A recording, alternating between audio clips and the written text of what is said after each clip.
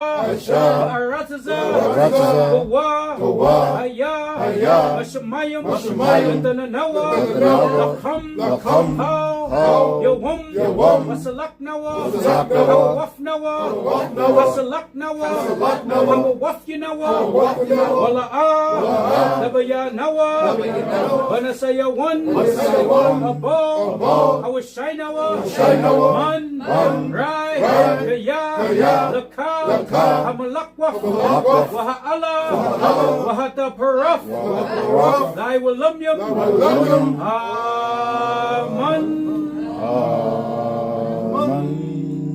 Kalaya. Praise the mighty Yahweh. Praise the mighty Yahweh. Because he's worthy to be praised. Hallelujah. So this is Psalms 136. After you hear, for his mercy endure forever, we're going to bring it in strong. Y'all say, Kala Yahweh. All right? After every time. Oh, give thanks unto Yahweh, for he is good, for his mercy endure forever. Kala Yahweh. Oh, give thanks unto Yahweh, God of gods, for his mercy endure forever. Kala Yahweh. Oh, give thanks unto Yahweh, Lord of lords, for his mercy endure forever. Kala Yahweh. To him who alone doeth great wonders, for his mercy endure forever. Kala Yahweh. To him that by wisdom made the heavens, for his mercy endure forever. Kala Yahweh. To him that stretched out the earth above the waters, for his mercy endure forever. Kala Yahweh. To him that made great lights, for his mercy endure forever. Kala Yahweh. The sun to rule by day, for his mercy endure forever. Kala Yahweh. The moon and stars to rule by night, for his mercy endure forever. Kala Yahweh. To him that smote Egypt and their firstborn, for his mercy endure forever. Kala Yahweh. And brought out Israel from among them, for his mercy endure forever. Kala Yahweh. With a strong hand and with a stretched out arm, for his mercy endure forever. Kala Yahweh. To him which divided the Red Sea into parts, for his mercy endure forever. Kala Yahweh. And made Israel to pass through the midst of it, for his mercy endure forever. Kala Yahweh. But overthrew Pharaoh and his host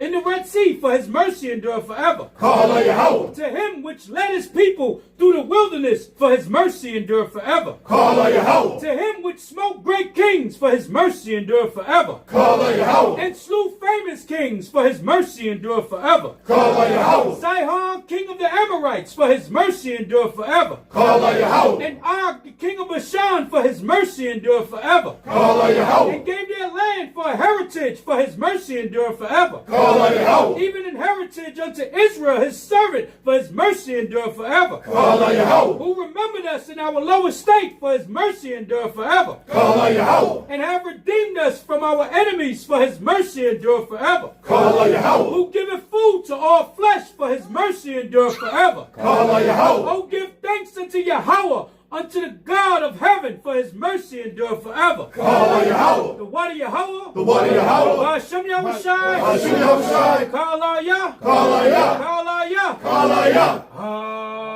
Amen. God. That's how we bring it in strong, man. That's how we bring it in strong. All praises. Everybody have a seat. Get a seat where you fit in. Definitely let the elders sit down. You standing here, right? Yeah. Okay, so we got a couple of more chairs right here. Couple of squat where you can. Elder, you want to sit? I need one of the taller chairs. Okay, you can sit there, elder. Go ahead. Get a chair. Savvy, get a chair. Sit on that one, sis. All right, so yeah, let the sisters sit, and the brothers hold it down like we in the wilderness, goddamn. All right, all praise, honor, glory to the Most High. All praises for allowing us to get here, and all the brothers still trying to get here, and the sisters trying to get here. But everybody can have a seat. Whose water is this? All right, sit down over there.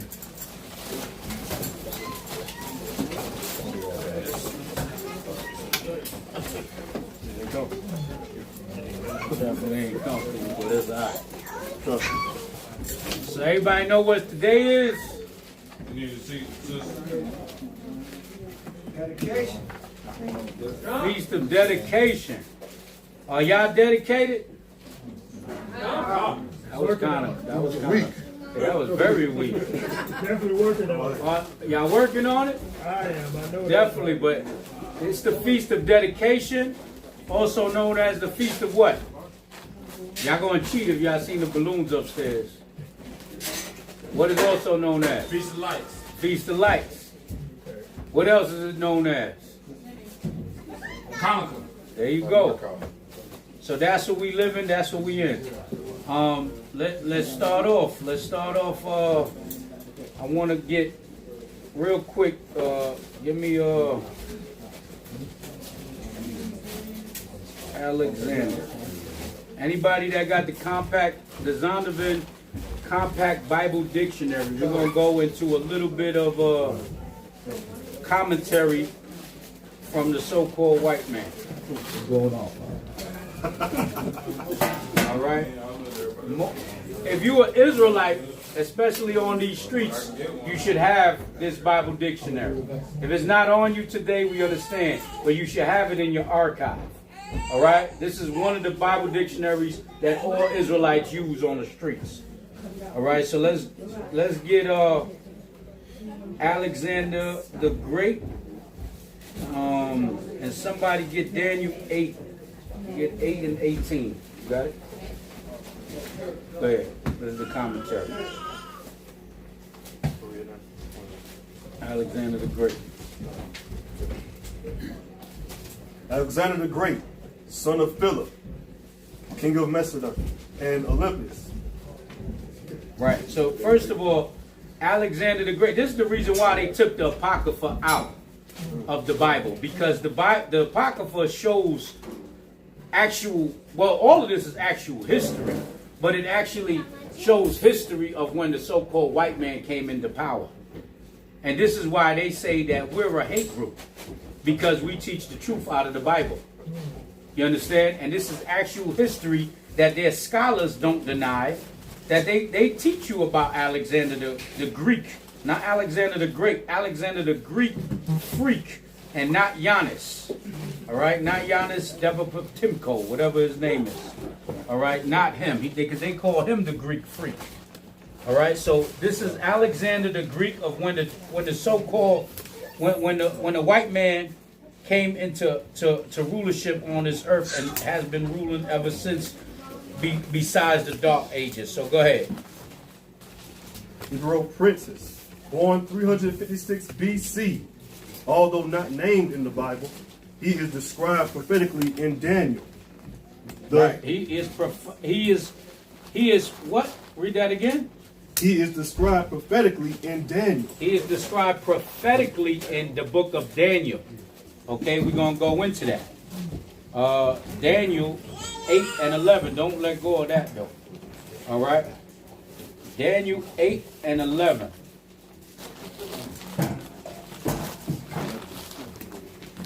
Matter of fact, no, we're going to go up a little bit more. Start from the 8th verse. This is Daniel chapter 8, verse 8.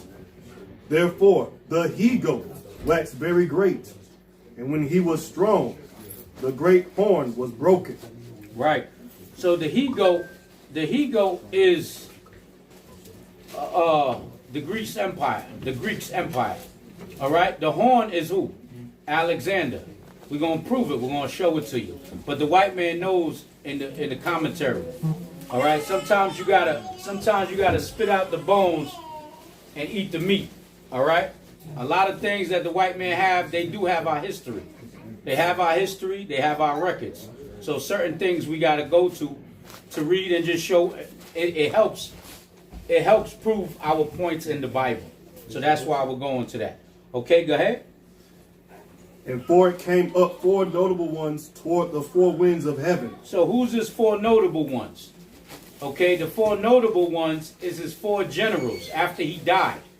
We're going to show you that in the Apocrypha, the 1st chapter.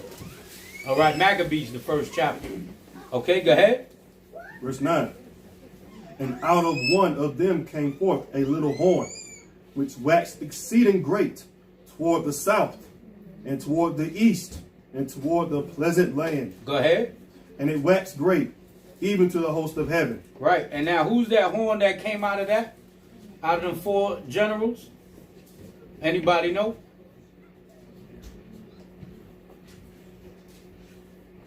Anybody? Huh? Get the first chapter of Maccabees real quick. There you go. Okay, there you go. So this is history, but this is Bible. This is prophetic.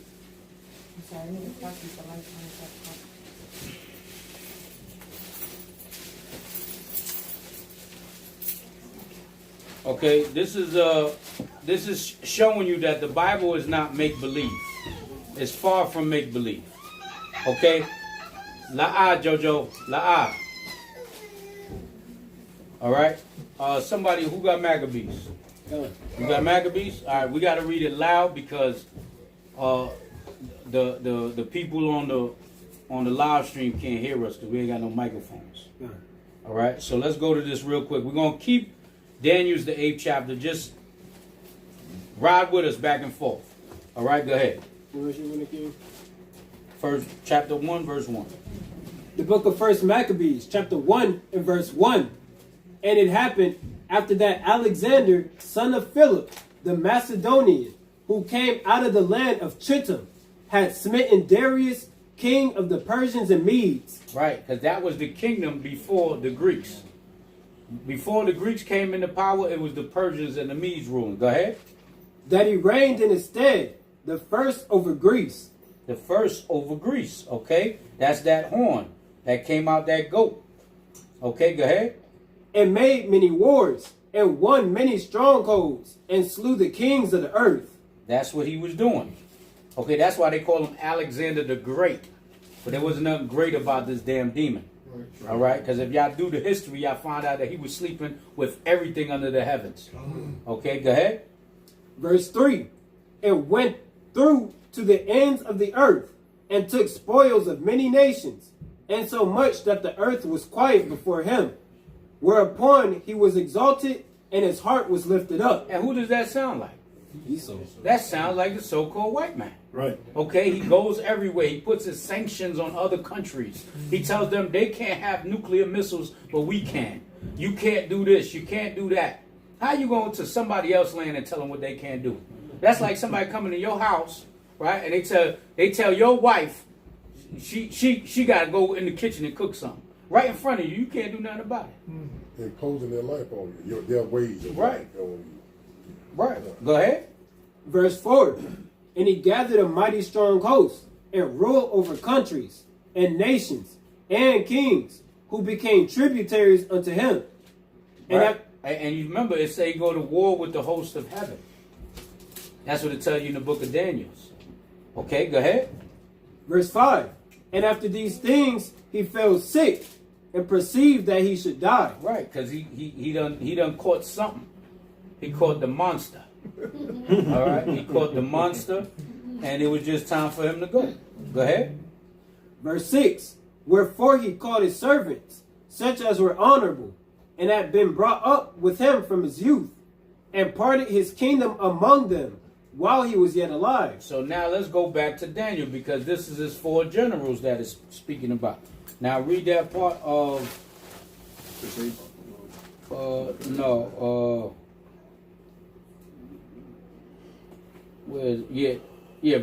Read verse 8 again.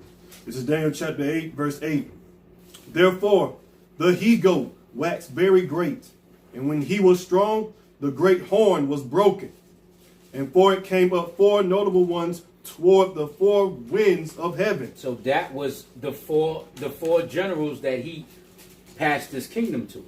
Okay, so they can rule in his stead. Go ahead. Verse 9. And out of one of them came forth a little horn. Oh yeah, we didn't get to that part. Let's go back to Maccabees. Go ahead. First Maccabees chapter 1 and verse number 7. So Alexander reigned 12 years, and then died. And his servants bare rule, every one in his place. And after his death, they all put crowns upon themselves. So did their sons after them many years. Right. And That's what you're supposed to do. You're supposed to have somebody, you're supposed to raise up somebody else and more than likely it's supposed to be your seed. All right, to rule next. Hey, shalom, shalom. Huh? No. What happened?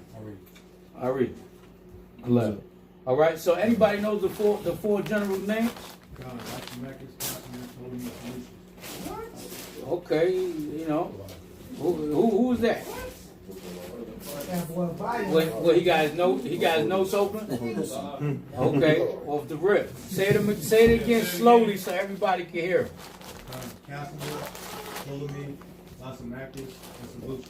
There you go. Y'all heard that? Everybody heard that? So it's Ptolemy, Seleucus, Cassander, and Lysimachus. All right. What did they rule? Lysimachus had Asia Minor. Cassander had Macedonia. Seleucus had Syria, Babylon, Persia, and India. Ptolemy had Egypt. And that's part of the four winds. You understand? So this Bible prophecy is actual Bible history, is actually world history. But that's why they took this apocrypha. Okay, go ahead. And after his death, they all put crowns upon themselves, so that their sons after them many years, and evils were multiplied in the earth. And that's what happens when the white man rules. Evils are multiplied on the earth. And this is why they take this out. Go ahead. Verse 10.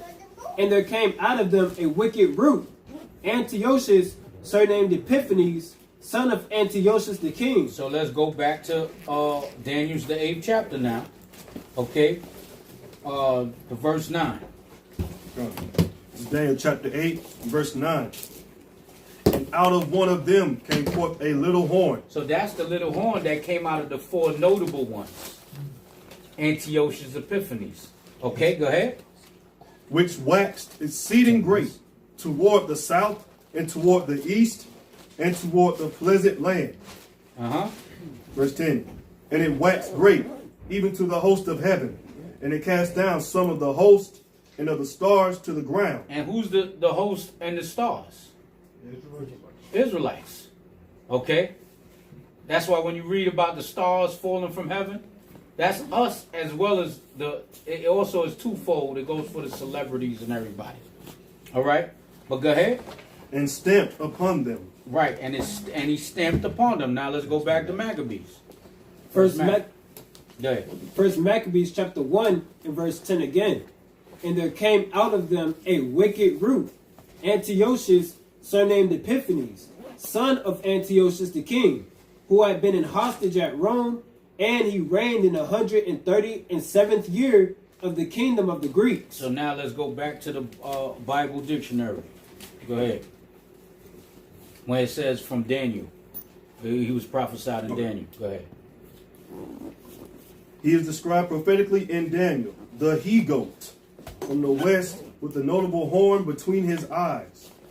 He came against the ram with two horns. And who was the ram with two horns? Persians and the Medes. That was the kingdom before us. Because Daniel he prophesied, he seen all of the kingdoms. Okay, so the ram with two horns was the Persians and the Medes. This thing is real. This is not a fairy tale, and this ain't no white man book. Okay, go ahead. Which was standing before the river, defeated the ram, and became very great until the great horn was broken, and four notable ones came up from it. Daniel 8, 5-8. The prophecy identifies the ram as the kings of Media and Persia, the goat as the king of Greece, the great horn being the first king. When he fell, four kings arose in his place. Daniel chapter 8, 18, verse 22. And y'all can write this down. Everything that y'all hear, if y'all got y'all notepads, y'all should have y'all notepads if y'all know what's going on. You have a question? Yeah, I want to ask what definition, what word is that? Alexander the Greek. Okay, Yeah, and when you look it up, what page is that? That's page 31, 30 and 31. Page 30 and 31 in the Zondervan Bible Dictionary. Okay, go ahead. The historical fulfillment is striking. Alexander led the Greek armies across the Hellespont into Asia Minor and 334 BC, and defeated the Persian forces at the river Rhasis, moving with amazing rapidity. The he-goat touched not the ground. Daniel 8 and verse 5. He again met and defeated the Persians at Isis. Turning south, he moved down the Syrian coast, advancing to Egypt, which fell to him without a blow. Turning again to the east, he met the armies of Darius. Egypt fell to him without a blow. Egypt was no match. You know why? Because Daniel prophesied that the Most High was with these kings of the earth. The Most High put the power on these kings, on these nations. Just like right now, you look how feeble Esau is. Then you look at certain brothers like Kimbo Slice, like Shaquille O'Neal, like, you know, these big dookie brothers like Yaakov, man. You know what I'm saying? And then you look at how feeble the so-called white man is, and you be like, how did they really take over us? You see what I'm saying? They're not even spiritually strong. They kill themselves when they lose their job. Yeah. You understand? But it's a divine intervention. The Most High put that spirit upon them and took the spirit from us. Because ain't no way. There just ain't no way without the Most High's help. Okay? Go ahead. He met the armies of Darius for the last time, defeating them in the battle of Arbela, east of the Tigris River. And who are the ancient Persians today? The East Indians, Elam. You see, this is real history. Okay, go ahead. Rapidly, he occupied Babylon, then Susa. And wait a minute, what are Elam? Are they Shemitic? Yes. So if you hate the Elamites, you're actually anti-Semitic too, right? Nobody want to talk about that though. But that's another story. Go ahead. Rapidly, he occupied Babylon, then Susa, and Persepolis, the capitals of Persia. He later marched his armies eastward as far as India, where they won a great battle. The army, however, refused to advance farther, and Alexander was forced to return to Persepolis. While still making plans for further conquest, he contracted a fever. See, now they're going to lie. Now he contracted a fever. What kind of fever? Them cold sweats, Negro. You know what I'm saying? Them cold sweats from that monster. Go ahead. Weakened by the strenuous campaign and increasing dispensation, he was unable to throw off the fever and died in Babylon. Right. He had either AIDS, they say syphilis, they say everything. He probably had COVID. And you know, they still do that. They still do that to this day. I mean, you got to think about other so-called Edomite leaders that everybody followed that was Tarantulas. Al Capone. Right. They tried to say he died of this, but he really died of the, you know what he died of? The syphilis. It killed him slowly. Yeah, you know? Good. But I'm just saying that, but, you know, just elaborate. They cover up things, you know what I'm saying, that's going to make them look bad in their history. Yeah. Right. Because when you look at them, most of these so-called white people, that's the one, when you look at them videos of people kissing dogs, majority of the time, who is it? Now when you see our people doing it, people of color, it look like it could be our people. But you got to do their research. Check out their forefathers. Who the hell are their forefathers? Because ain't no Negro in their right mind kissing a dog in the goddamn mouth now. Ain't no Negro doing that. You understand? They got to be a demented or diabolical spirit on you to sit. The dog licks his ass. He licks his private parts. He's kissing and sniffing dog shit. You understand? So why would any Negro in their right mind do that? So when you do the history, look up Caligula. Anybody ever seen that video, that movie? Look up Caligula. And you see the true spirit of the so-called white man. Sleeping with horses. Sleeping with dogs. Sleeping with all types of animals, man. They don't even want the woman. They don't even want the man most of the time. They want the dog. They want the dog. And it's crazy. All of this is being implemented in America slowly. Slowly. They have to hide their ways. And now, like you said, they're bringing their ways back. You know what I'm saying? Just like the Israelites are waking up, we have to realize that the so-called used to be the past Romans, past Edomites, The so-called white men, they're waking up to who they are too. And guess what? By them being in rulership, they're going to install the likeness that we look at up to them as being nasty and gross and grotesque and profane. They're going to make those things what? Legal, normal. You know what I'm saying? Because they can't hide no more because the Lord has put the Spirit on them. Right. Go ahead. Okay, so let's go back to Maccabees. Because this is what we celebrate. We celebrating a real celebration and feast day of a victory that our forefathers had. And then you have a lot of people that'll say, Israelites. They'll say, well, that ain't in Leviticus the 23rd chapter. Y'all not following the Lord's days. Y'all following what man-made stuff. But this was prophesied. This was prophesied about Daniel for us to keep. You understand? And we're gonna go into it. We're gonna read more on that, but let's go back to Maccabees. 1 and 11. Yes, sir. First Maccabees chapter 1 and verse 11. It says, in those days went there out of Israel wicked men who persuaded many, saying, let us go and make a covenant with the heathen that are round about us. For since we departed from them, we have had much sorrow. And see, that's still to this day. That's your Charles Barkley, your Shaquille O'Neal, your Stephen A. Smiths. Oh no, Kyrie, don't say that. You're a hate monger. You're anti-Semitic. You can't say that. And this is what our people do. From then to now is the same thing. Okay, go ahead. It says, verse 12, so this device pleased them well. Then certain of the people were so forward herein that they went to the king and gave them license to do after the ordinances of the heathen. Whereupon they built a place of exercise at Jerusalem. Now, see, this is where we go into the gymnasiums, a place of exercise. Now, anybody that's been in the gym, right? When you've been in that damn locker room, there's only one individual walking around butt ass naked. Yes. And if you're not a Negro sodomite, and if y'all know what I'm talking about, y'all gotta walk with your head down. You can't look them in the eye. You see what I'm saying? And you don't want to look at their damn private part. You know what I'm saying? Even in jail, I know brothers that was locked up, did crazy time. They tell me, yo, you supposed to take a shower with your boxers on. You don't walk around butt ass naked, man. Not in front of no men. So this is a custom of the Greeks. You understand? This is what they did. This is where the gymnasiums come from. You go to Planet Fitness, man. You gotta turn your head if you're in that locker room. I don't even go in them showers. No way. All right. If I do, it's got to be early in the morning when nobody's there. Okay. And that is spiritual because we look at it. Even who plays football? If anybody plays football, Esau was the only one in there playing with people trying to snatch towers off.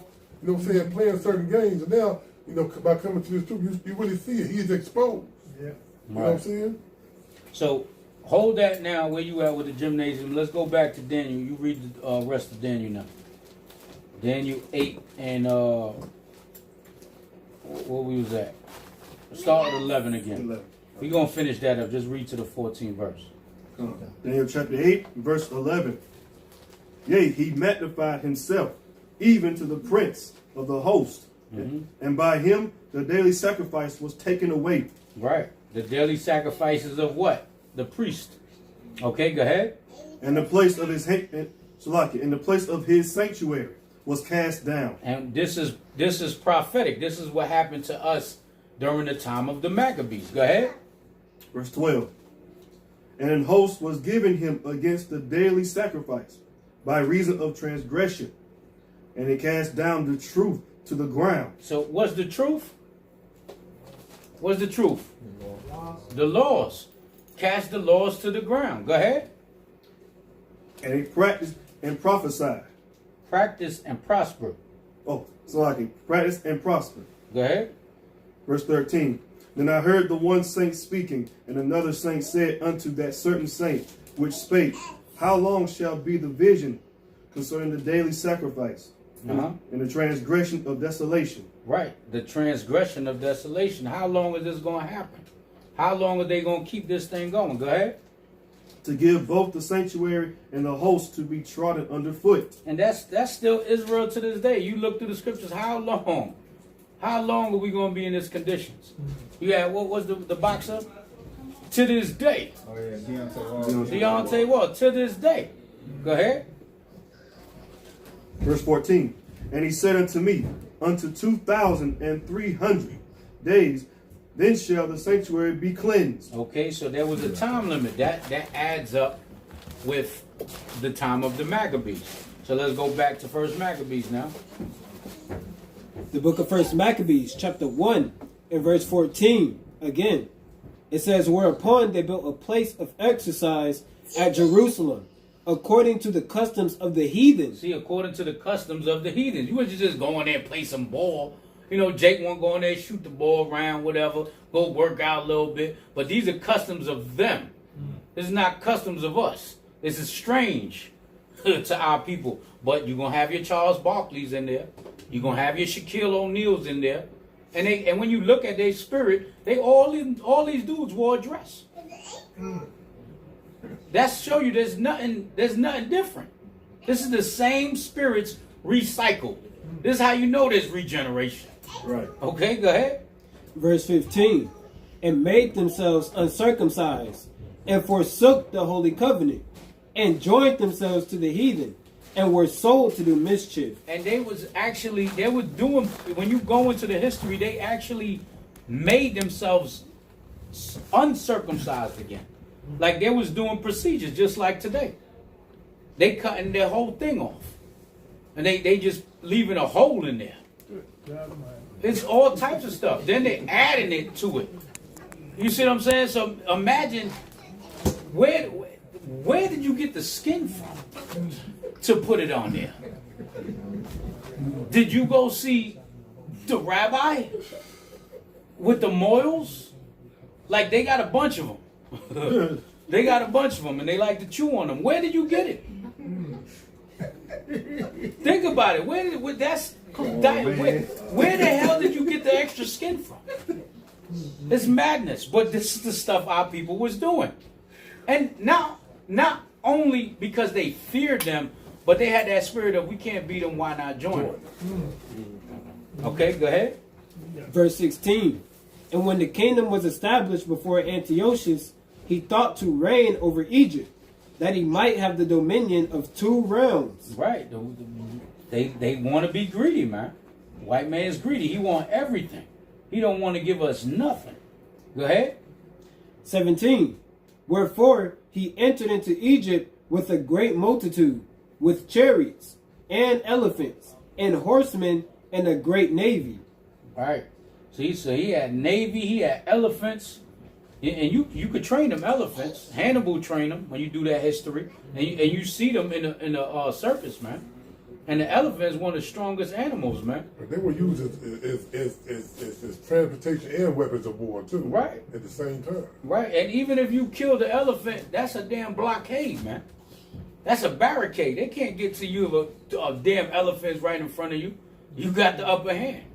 Okay, go ahead. And made war against Ptolemy, king of Egypt. Right. He was going, see, now this is white on white crime. He going to war with his own peoples. Okay, go ahead. But Ptolemy was afraid of him and fled, and many were wounded to death.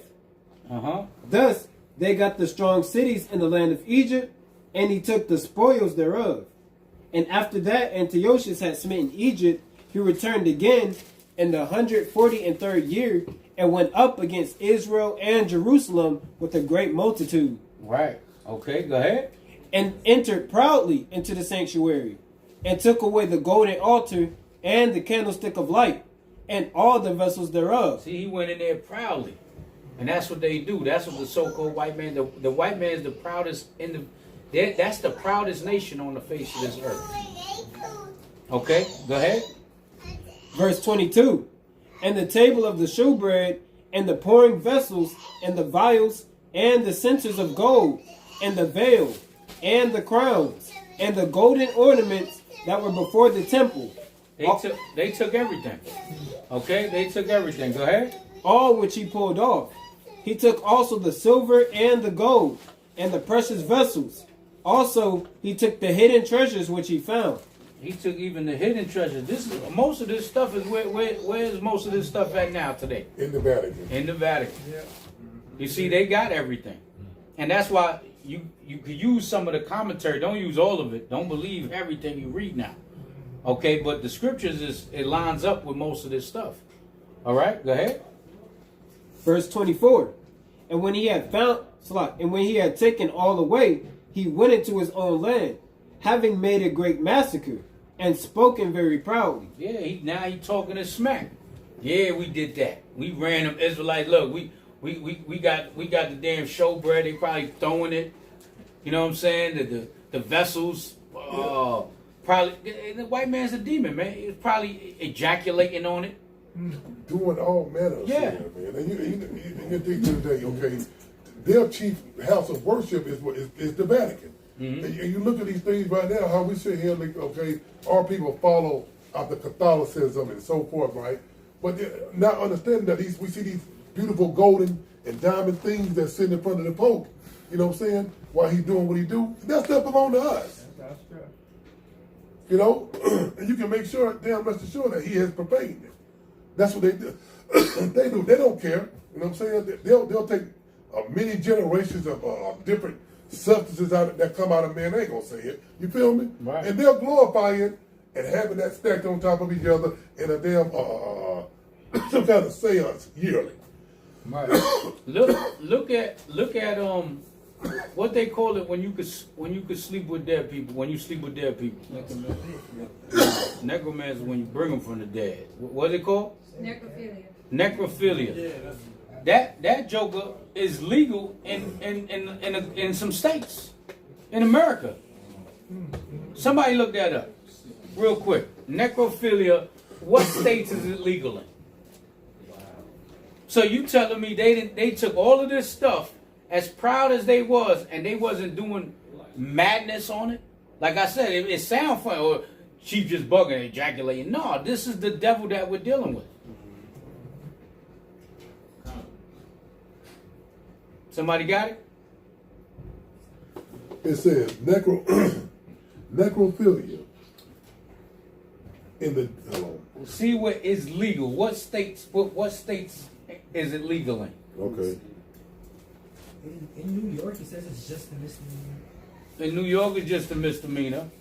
Oh. It says Kansas and Louisiana.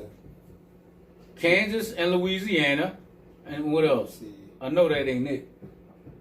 They say they're trying to change it in Massachusetts. This is a thing. This is a real thing. This is in America. People are sleeping with corpses. And it's legal. I think they had made a movie or something like that where a dude was doing that, and he had parasites and stuff like that all inside him. And he was going and sleeping with multiple women. They was having all these different elements that they was dealing with, man. Fevers, all types of stuff. Just like what you was talking about with Alexander the Great, man. Right. The freak, man. So these different things, yeah, like you said, it's coming back on the earth. Right. You know what it is? It's been here. It's just being exposed now because we're waking up. So the son of perdition is being revealed. And that's our job. That's why why are you always saying the white man the devil? Because it's prophesied that the sons of perdition shall be revealed. Right. It's our job to expose evil. True. Psalms 94:16. Who shall stand up? Who shall rise up for me against the workers of iniquity? All these brothers you see in this here. All the sisters too. You understand? This is this is the righteous force that we're under fighting evil forces, man. May I tell you this, brother? I'm into that foreign country they got going, and I do a lot of herbs and stuff. Right. And I help people. I had an Edomite call me. She had hookworms from her dog. She was bleeding from her hoo-ha. You can't make this up. Yeah. You can't make this up. I want to bring it to. Look at this. This is more than just mortuary worker. We know that mortuary worker admits to sex with many dead women. And that's another. This is a conversation that we gotta have now. The conversation is, you gotta make sure y'all sign papers when y'all die, before y'all die, that you have an Israelite funeral and burial. Okay? There's brothers that do it. Because they'll have you up in these morgues and you supposed to be buried the next day, the same day. You understand? So you be in one of these morgues and you won't be alive, but I'm sure you don't want to go out like that even when you're dead. I'm sure you don't want your body getting defiled by a damn dusty ass Edomite. That's madness. You see what I'm saying? So you got to sign these papers. And I've seen that. Brothers that been in this truth 20 years, I've been to a funeral and these niggas is getting buried with a two-piece suit with Caesar Borgia crucifix in the goddamn casket and they beard shaved off and the pastor, you know what I'm saying, they got all of the damn makeup on their face looking like Bobo the Clown and it looks crazy. These are conversations I know we don't want to have, but it's very important. And our people like it to be so. And they sit up, our people will sit there and say, well, he looked good in there, didn't he? Right. He looked good in there. Right. And then your body is being, they putting abominable fluid in you and all of this. I know we segueing into this, but it has nothing to do with it. But this is the spirit of the so-called white man that we're dealing with. But see, and people think that the abominable fluid is just to do this. What does a dead person need abominable fluid for? It's to preserve certain things that they want to come back later on and take out of you. Right. As soon as they put the buried, guess what? You don't see the buried, the funeral assistants fulfill the latter part of the funeral when they cover the casket up and everything. They exit everybody up out of there before they do all that. Why? Because Esau he's a detestable man. They get body parts. They snatching things out of you. And even the pearl casket. You only know pearl caskets. That's not the way we was buried. You get buried in a pine box. Supposed to be wood. So your body can go back to the earth. That if you mummified in a goddamn porcelain casket. The worms can't eat you in there. Like the brother said, they want to keep it straight there so they can come back and get more parts than they missed before. You see, and that's what we're working also on the land. We're going to have 2 acres of just for burials. Because you need that. These are conversations Israel don't have, man. All right? But we need it because even when you're dead, the white man going to try to defile you. Okay? So go ahead. Got the Maccabees. Yeah, back to Maccabees. 24. First Maccabees. No, 25. Chapter 1 and verse 25. It says, therefore there was great mourning in Israel, in every place where they were, so that the princes and elders mourned. The virgins and young men were made feeble, and the beauty of women was changed. You see that? So don't think y'all exempt from this judgment, Eve. Y'all not exempt from it. Everybody get it. No, young, old, male, female. This is what we're dealing with. They don't live by the Tony Montana rules, no women, no kids. They don't live like that. Go ahead. Verse 27. Every bridegroom took up lamentation, and she that sat in the marriage chamber was in heaviness. Imagine that. You waiting for your husband. You know what I'm saying? You waiting for he ain't gonna never come in. He went to war and got demolished. Go ahead. Verse 28. The land also was moved for the inhabitants thereof, and all the house of Jacob was covered with confusion. And that's the way it is today. The only thing that's uncovering the confusion is who? Israelites on the streets. Yeah. And the only ones that's really doing it is what it is the ones that are Bahashem Yahushua. Because if we got to wait on the Old Testament Israelites, we're going to be here forever. Them Negroes ain't nowhere outside. I love them, brothers, but they got to go outside. It tells you that in the Old Testament. Isaiah 58:1. Why you ain't outside? Why you ain't keeping that? If y'all Tanakh only. Why y'all not waking up the sheep? But go ahead. Verse 29. And after 2 years fully expired, the king sent his chief collector of tribute unto the cities of Judah, who came unto Jerusalem with a great multitude. Right. So remember, anybody watch the movie 300? Remember when they came to the Spartans? in the beginning of the movie? And what Leonidas told him? He said, you come in here, you disrespect me, you disrespect my people, my women, my children. And what did he do? He kicked him down a damn hole. He said, I'm just a messenger.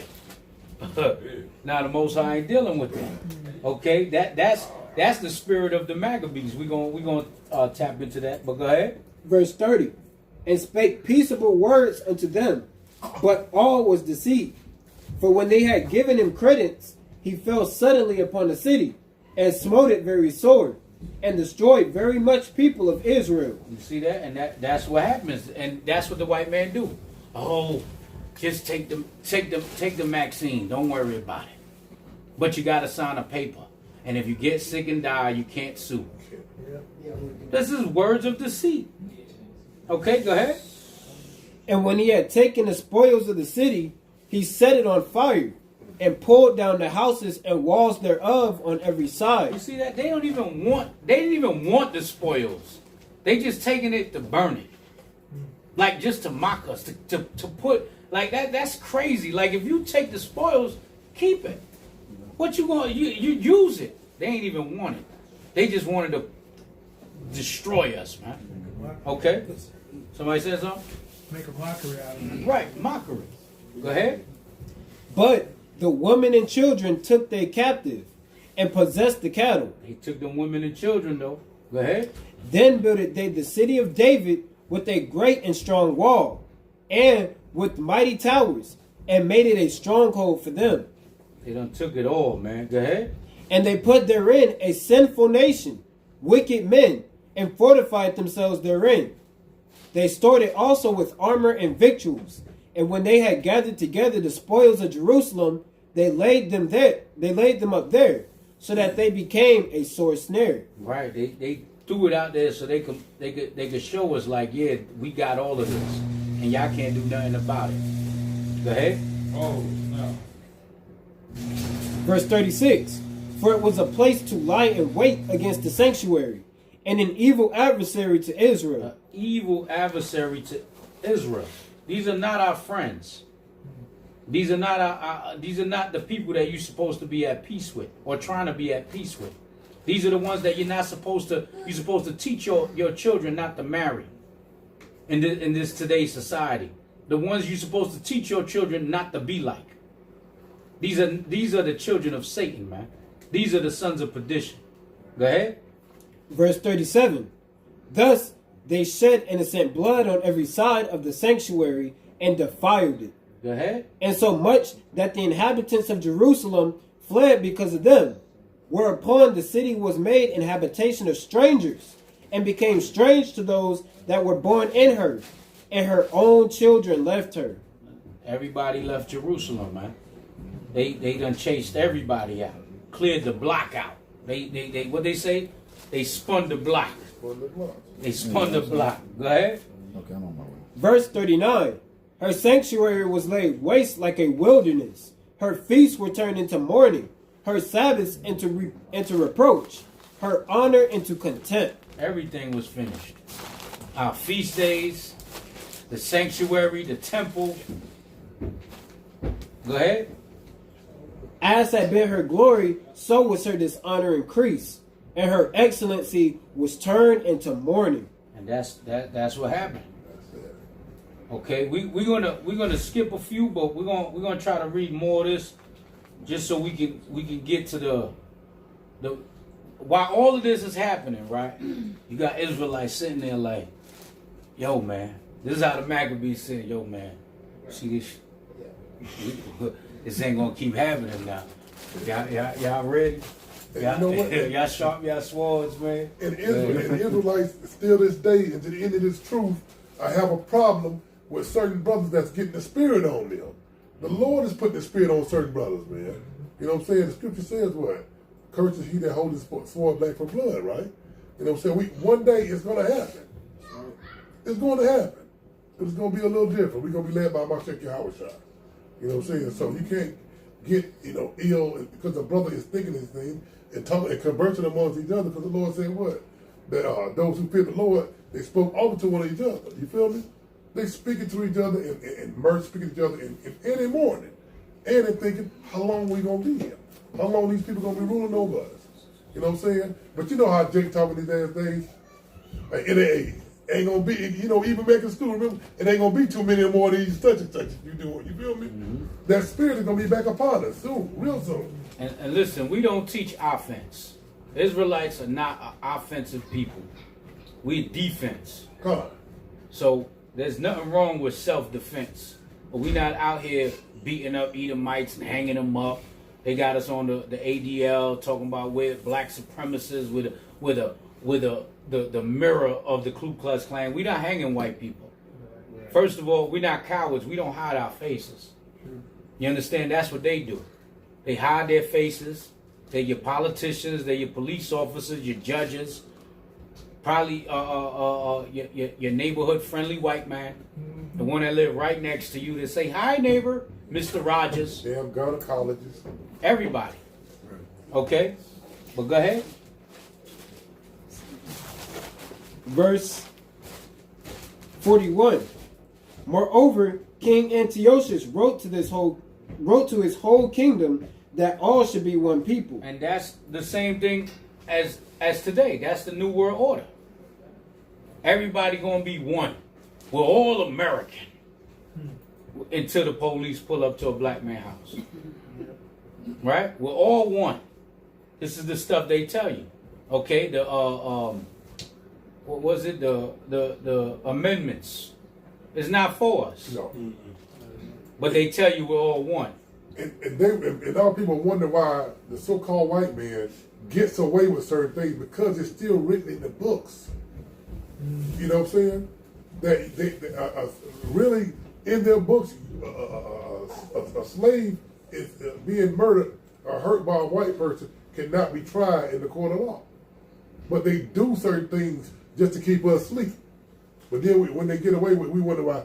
Well, how they got away with it? Because it's not. It's the Jim Crow, even Jim Crow, they're still on the books. Right. So, but read that part again, and then the next verse. Verse 41. Moreover, King Antiochus wrote to his whole kingdom that all should be one people. Go ahead. And every one should leave his laws. See that? So that's what that was the point of it. We could all be one, so y'all leave y'all laws. And what they know, we leave our laws, we lose what? We lose our power.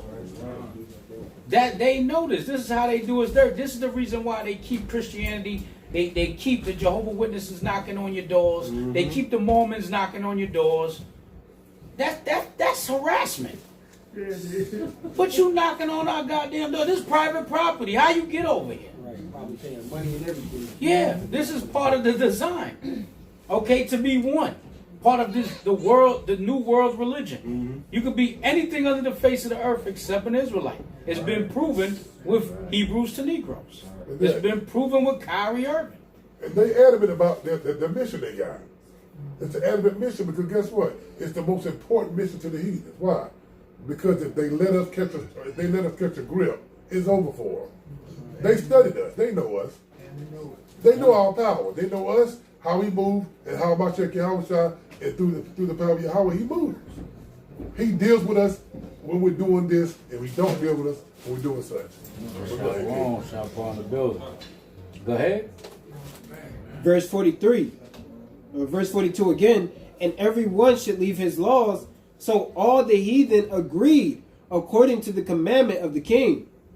Yea, many also of the Israelites consented to his religion and sacrificed unto idols and profaned the Sabbath. There's going to be Israelites, always. You're going to have your Charles Barkleys, your Shannon Sharps. All right, go ahead. Verse 44. For the kings had sent letters by messengers unto Jerusalem and the cities of Judah, that they should follow the strange laws of the land, and forbid burnt offerings, and sacrifice, and drink offerings in the temple, and that they should profane the Sabbaths and festival days. And see, that goes back to today, how you're allowed to be anything, but until the black man says he's an Israelite, now is a problem. Now is a big thing. That's the same. This is the same spirit. These are the same people, man. Go ahead.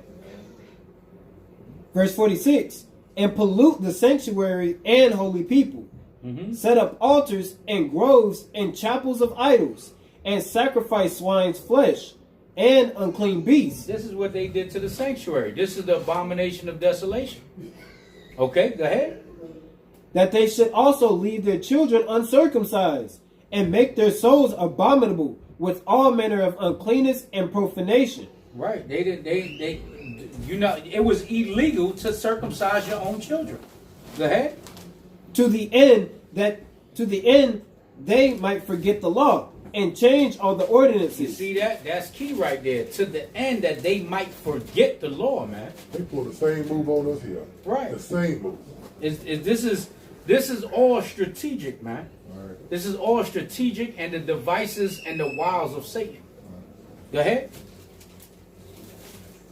Verse 50. And whosoever would not do according to the commandment of the king, he said he should die. That's it. If you don't do as thou will, you gonna die. Go ahead.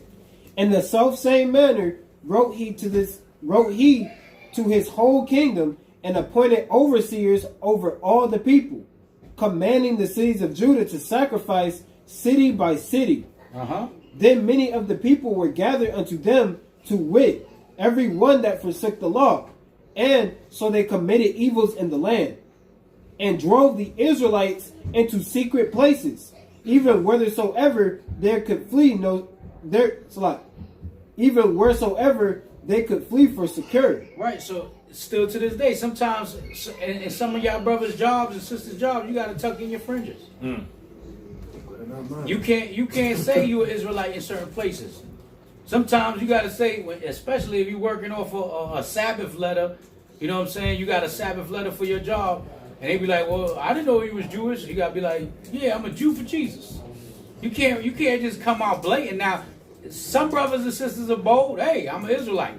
The Most High gonna be with you regardless, but sometimes you got to use wisdom. You got whole camps that say, don't wear your fringes at all, brother. You got to use wisdom. You can't go into the workplace with the fringes.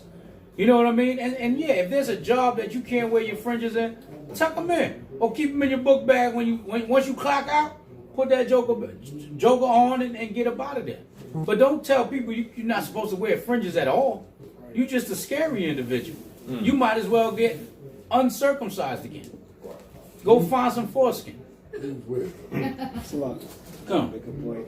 Because I actually worked at a job when we was they got the training video, the training thing, the modules. It specifically said you cannot wear fringes in the building.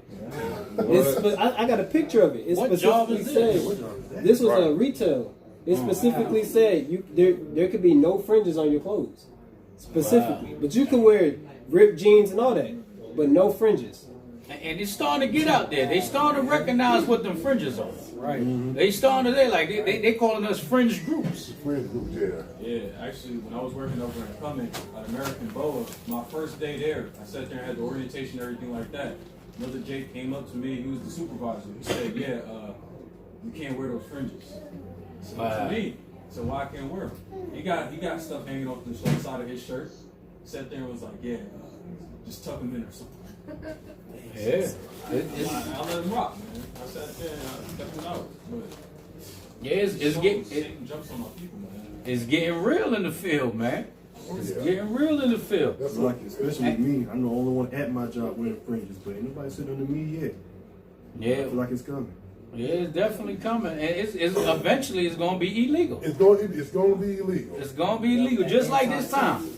It's gonna be illegal. We're gonna have to. That's when we won't be able to be on the streets no more. Right. And you know, this is a true thing that I want brothers and sisters to think about these things too. The days that we're coming upon, these same days, these same type of things that was going on in Maccabees. It's going to be coming right back here in America. You know what I'm saying? They're going to try to force you to do certain things, outlaw certain things. You know what I'm saying? So this is the things that we're coming upon. And I got a story. I remember 5 years ago when I had moved back to Georgia. You know, 4 years ago, I moved back to Georgia, and I started driving for Walmart. And there was like 7 other brews that drove up there. Do you know after we did the summit, what was the summit? It was like 4 or 5 years ago. We did the summit. Within a week and a half, every last one of us was fighting. Every last one of us. But guess what they kept? They kept the sister Sanithia. But they just told her to make sure she just can't wear the fringes on her. Yeah. It's real wicked now out here. So. Yeah, but this show you ain't nothing new under the sun. Solomon, the wisest man on the face of this earth, told you that. There's nothing new under the sun. What's then shall be now. It's just a matter of time. Because right now it's kind of cool to be an Israelite. It's kind of cool. But it's going to be a time where the cat's going to be denying it 3 times before the rooster crows. Like, who? Scooby-Doo. Oh.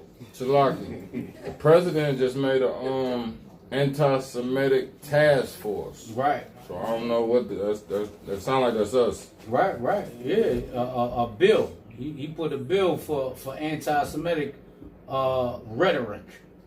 So we gonna see, and all the prophecies is happening. So it's bound to this is bound to happen very soon. Yeah. The way things is looking is very soon. Okay, go ahead.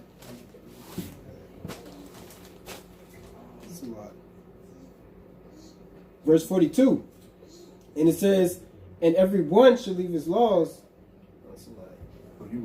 About 48, 49. Verse 48. That they should also leave their children uncircumcised and make their souls abominable with all manner of uncleanness and profanation, to the end that they might forget the law and change all the ordinances. And whosoever would not do according to the commandment of the king, he said he should die. Right. In the selfsame manner wrote he to his whole kingdom, and appointed overseers over all the people, commanding the cities of Judah to sacrifice city by city. Verse 52. Then many of the people were gathered unto them, to wit, every one that forsook the law, and so they committed evils in the land, and drove the Israelites into secret places, even whithersoever they could flee for security.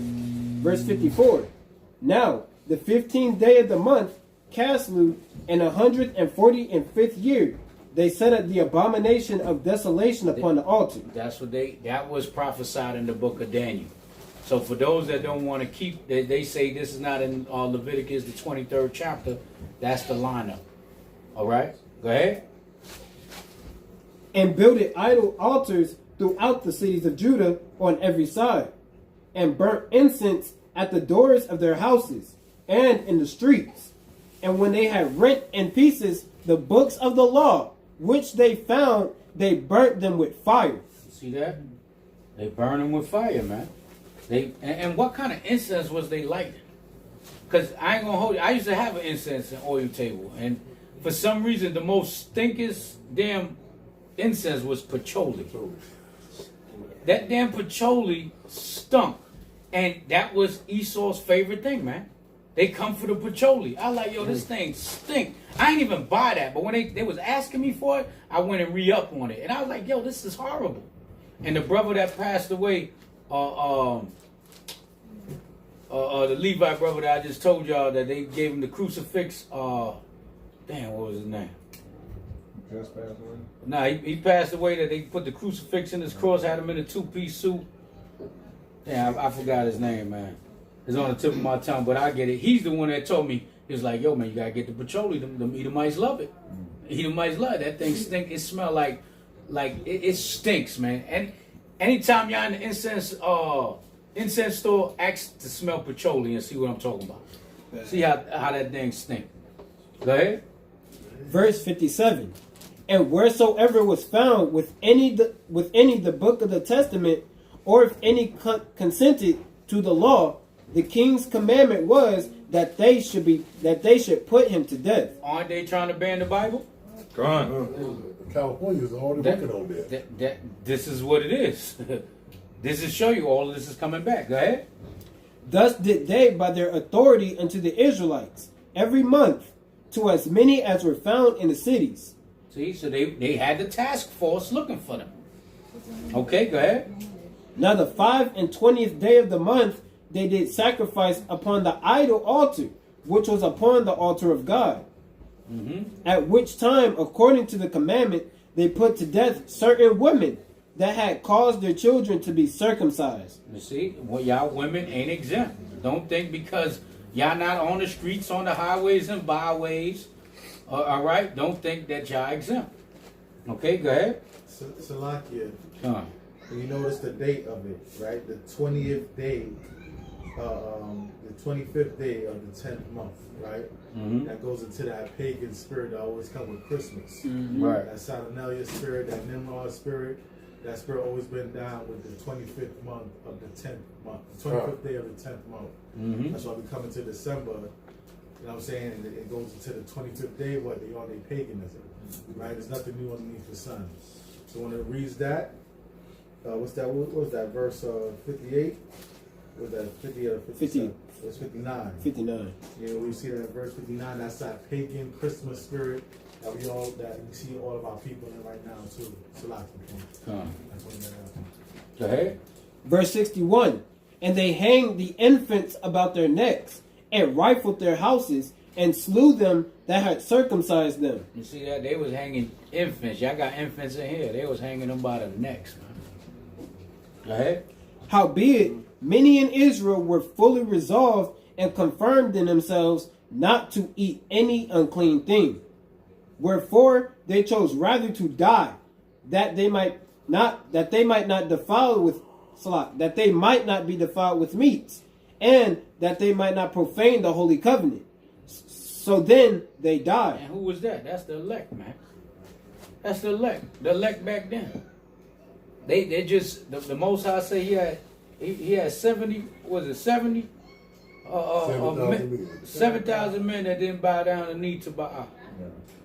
Those spirits that's been forever.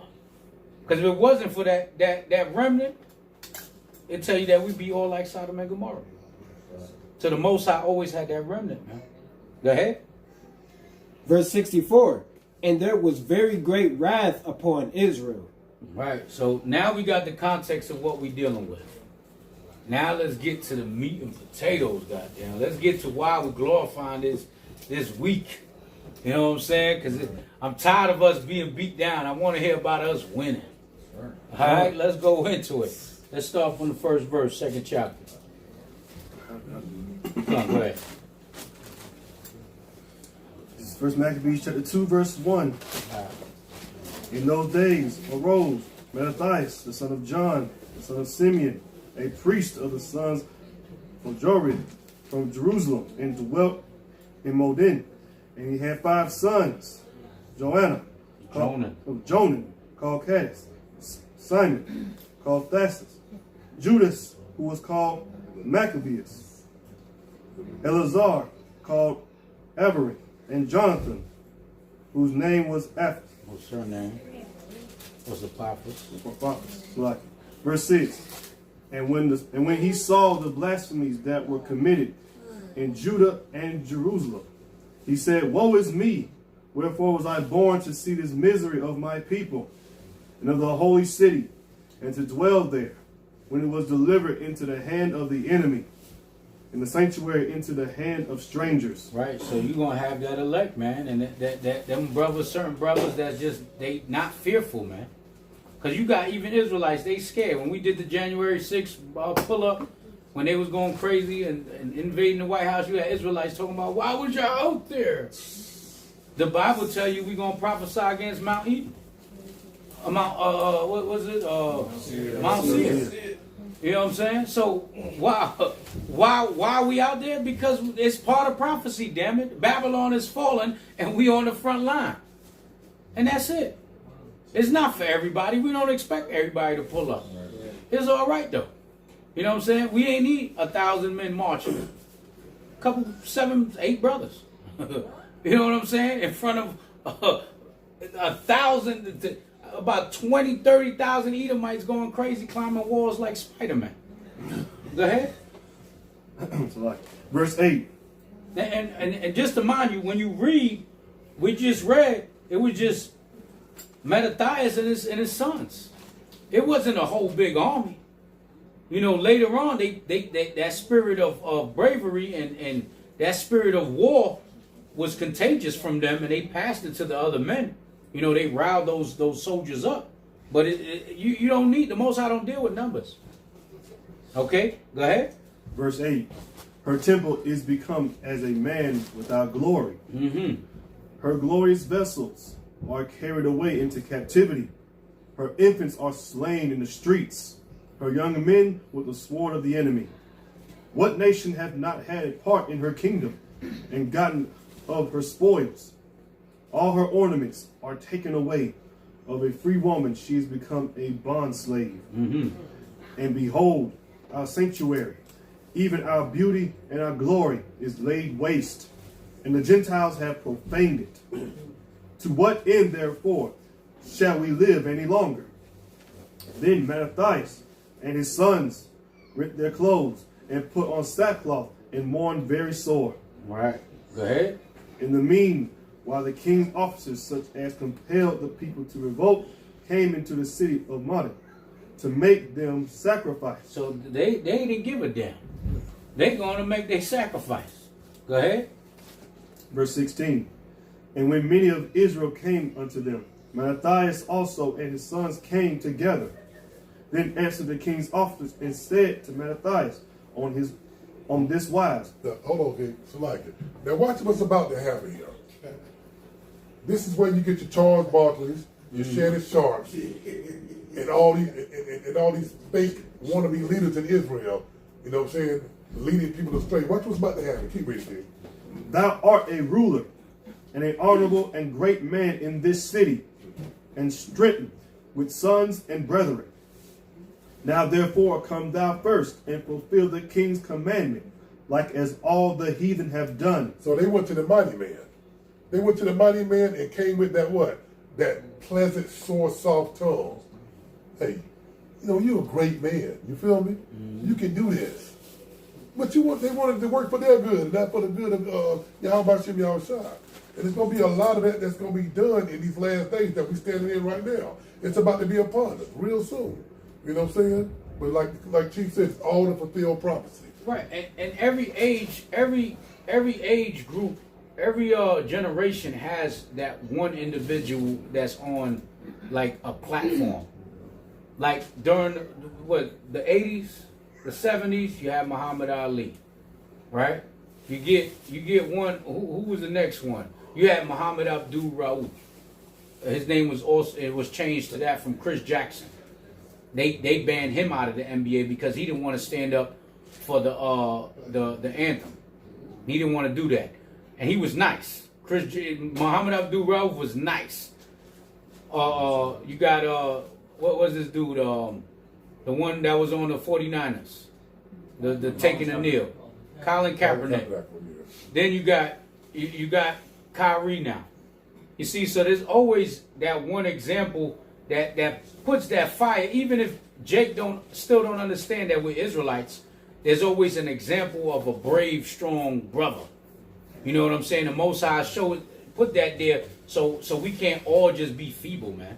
Right. There got to be somebody leading the charge. And Esau strategically watched these people just to particularly come at them to why? If I can make him fold, I can rock the rest of them back to sleep. Right. That's the aim.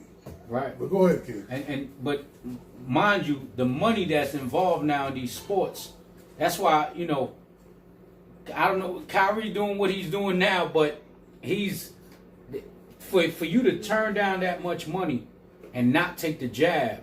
You know what I'm saying? Because he could have took that jab and ate all last year. That man lost $100 million.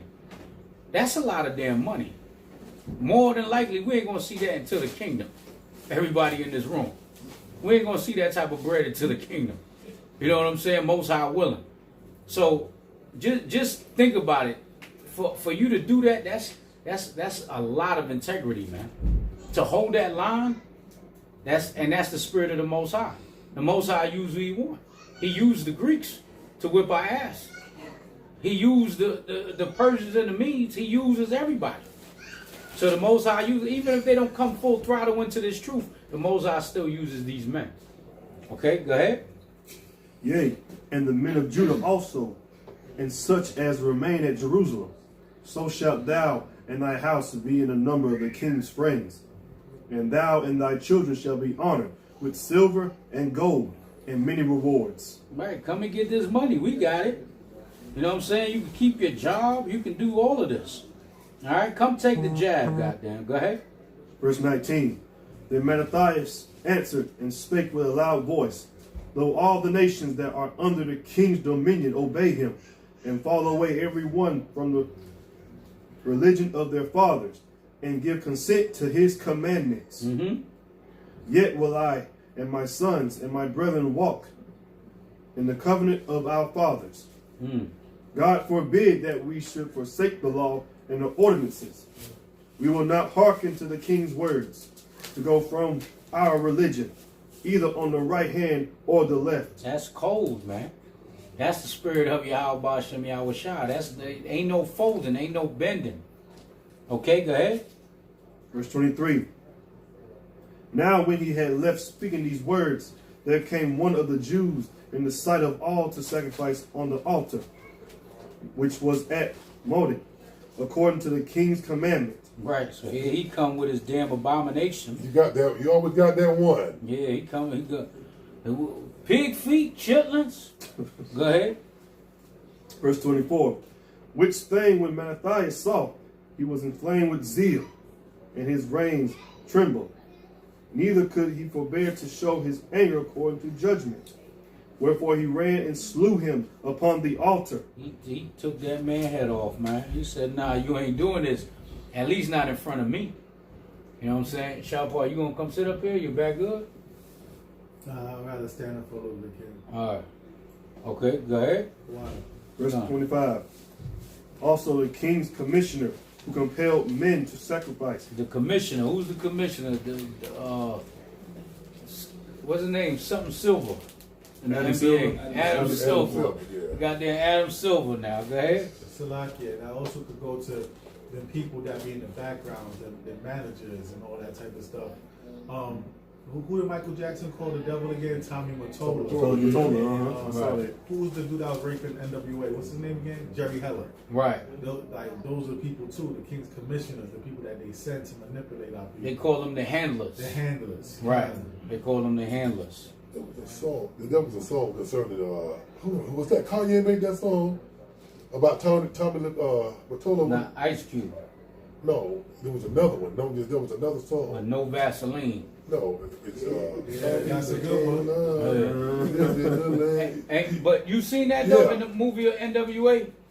When they seen it when he seen the Ice Cube song, the No Vaseline, and he got on Amalek and he said, all of that kill the nigga stuff they didn't mind. But when he was talking about killing the Jewish, he got crazy. He went crazy. He lost it. How dare he say that about Jewish people? How dare and this dude, this demon said that on Breakfast Club when they asked him. Who was the guy? Garrett or something like that. Something. No, the guy that said when they asked him, why does he promote hip hop, drill music? Leo Cohen. He said, "Hey, so we just gotta eat. Right. We gotta eat. I got children. Right. You see what I'm saying? So this is that spirit. They don't give a damn about us. And this is the same damn spirit. This is how you know we dealing with the same people, man. This is the same exact people. This is why Revelation 1:7 said that all eyes shall see him, even the ones that pierced him, man. They gonna see him. And they gonna know it was them. And that time, I have a feeling that they gonna know, oh, snap. That you know when they say your life passes through you vision it, that's what's gonna happen to them damn Romans, man. And them Greeks. Go ahead. Verse 25. Also the king's commissioner who compelled men to sacrifice, he killed at that time, and the altar he pulled down.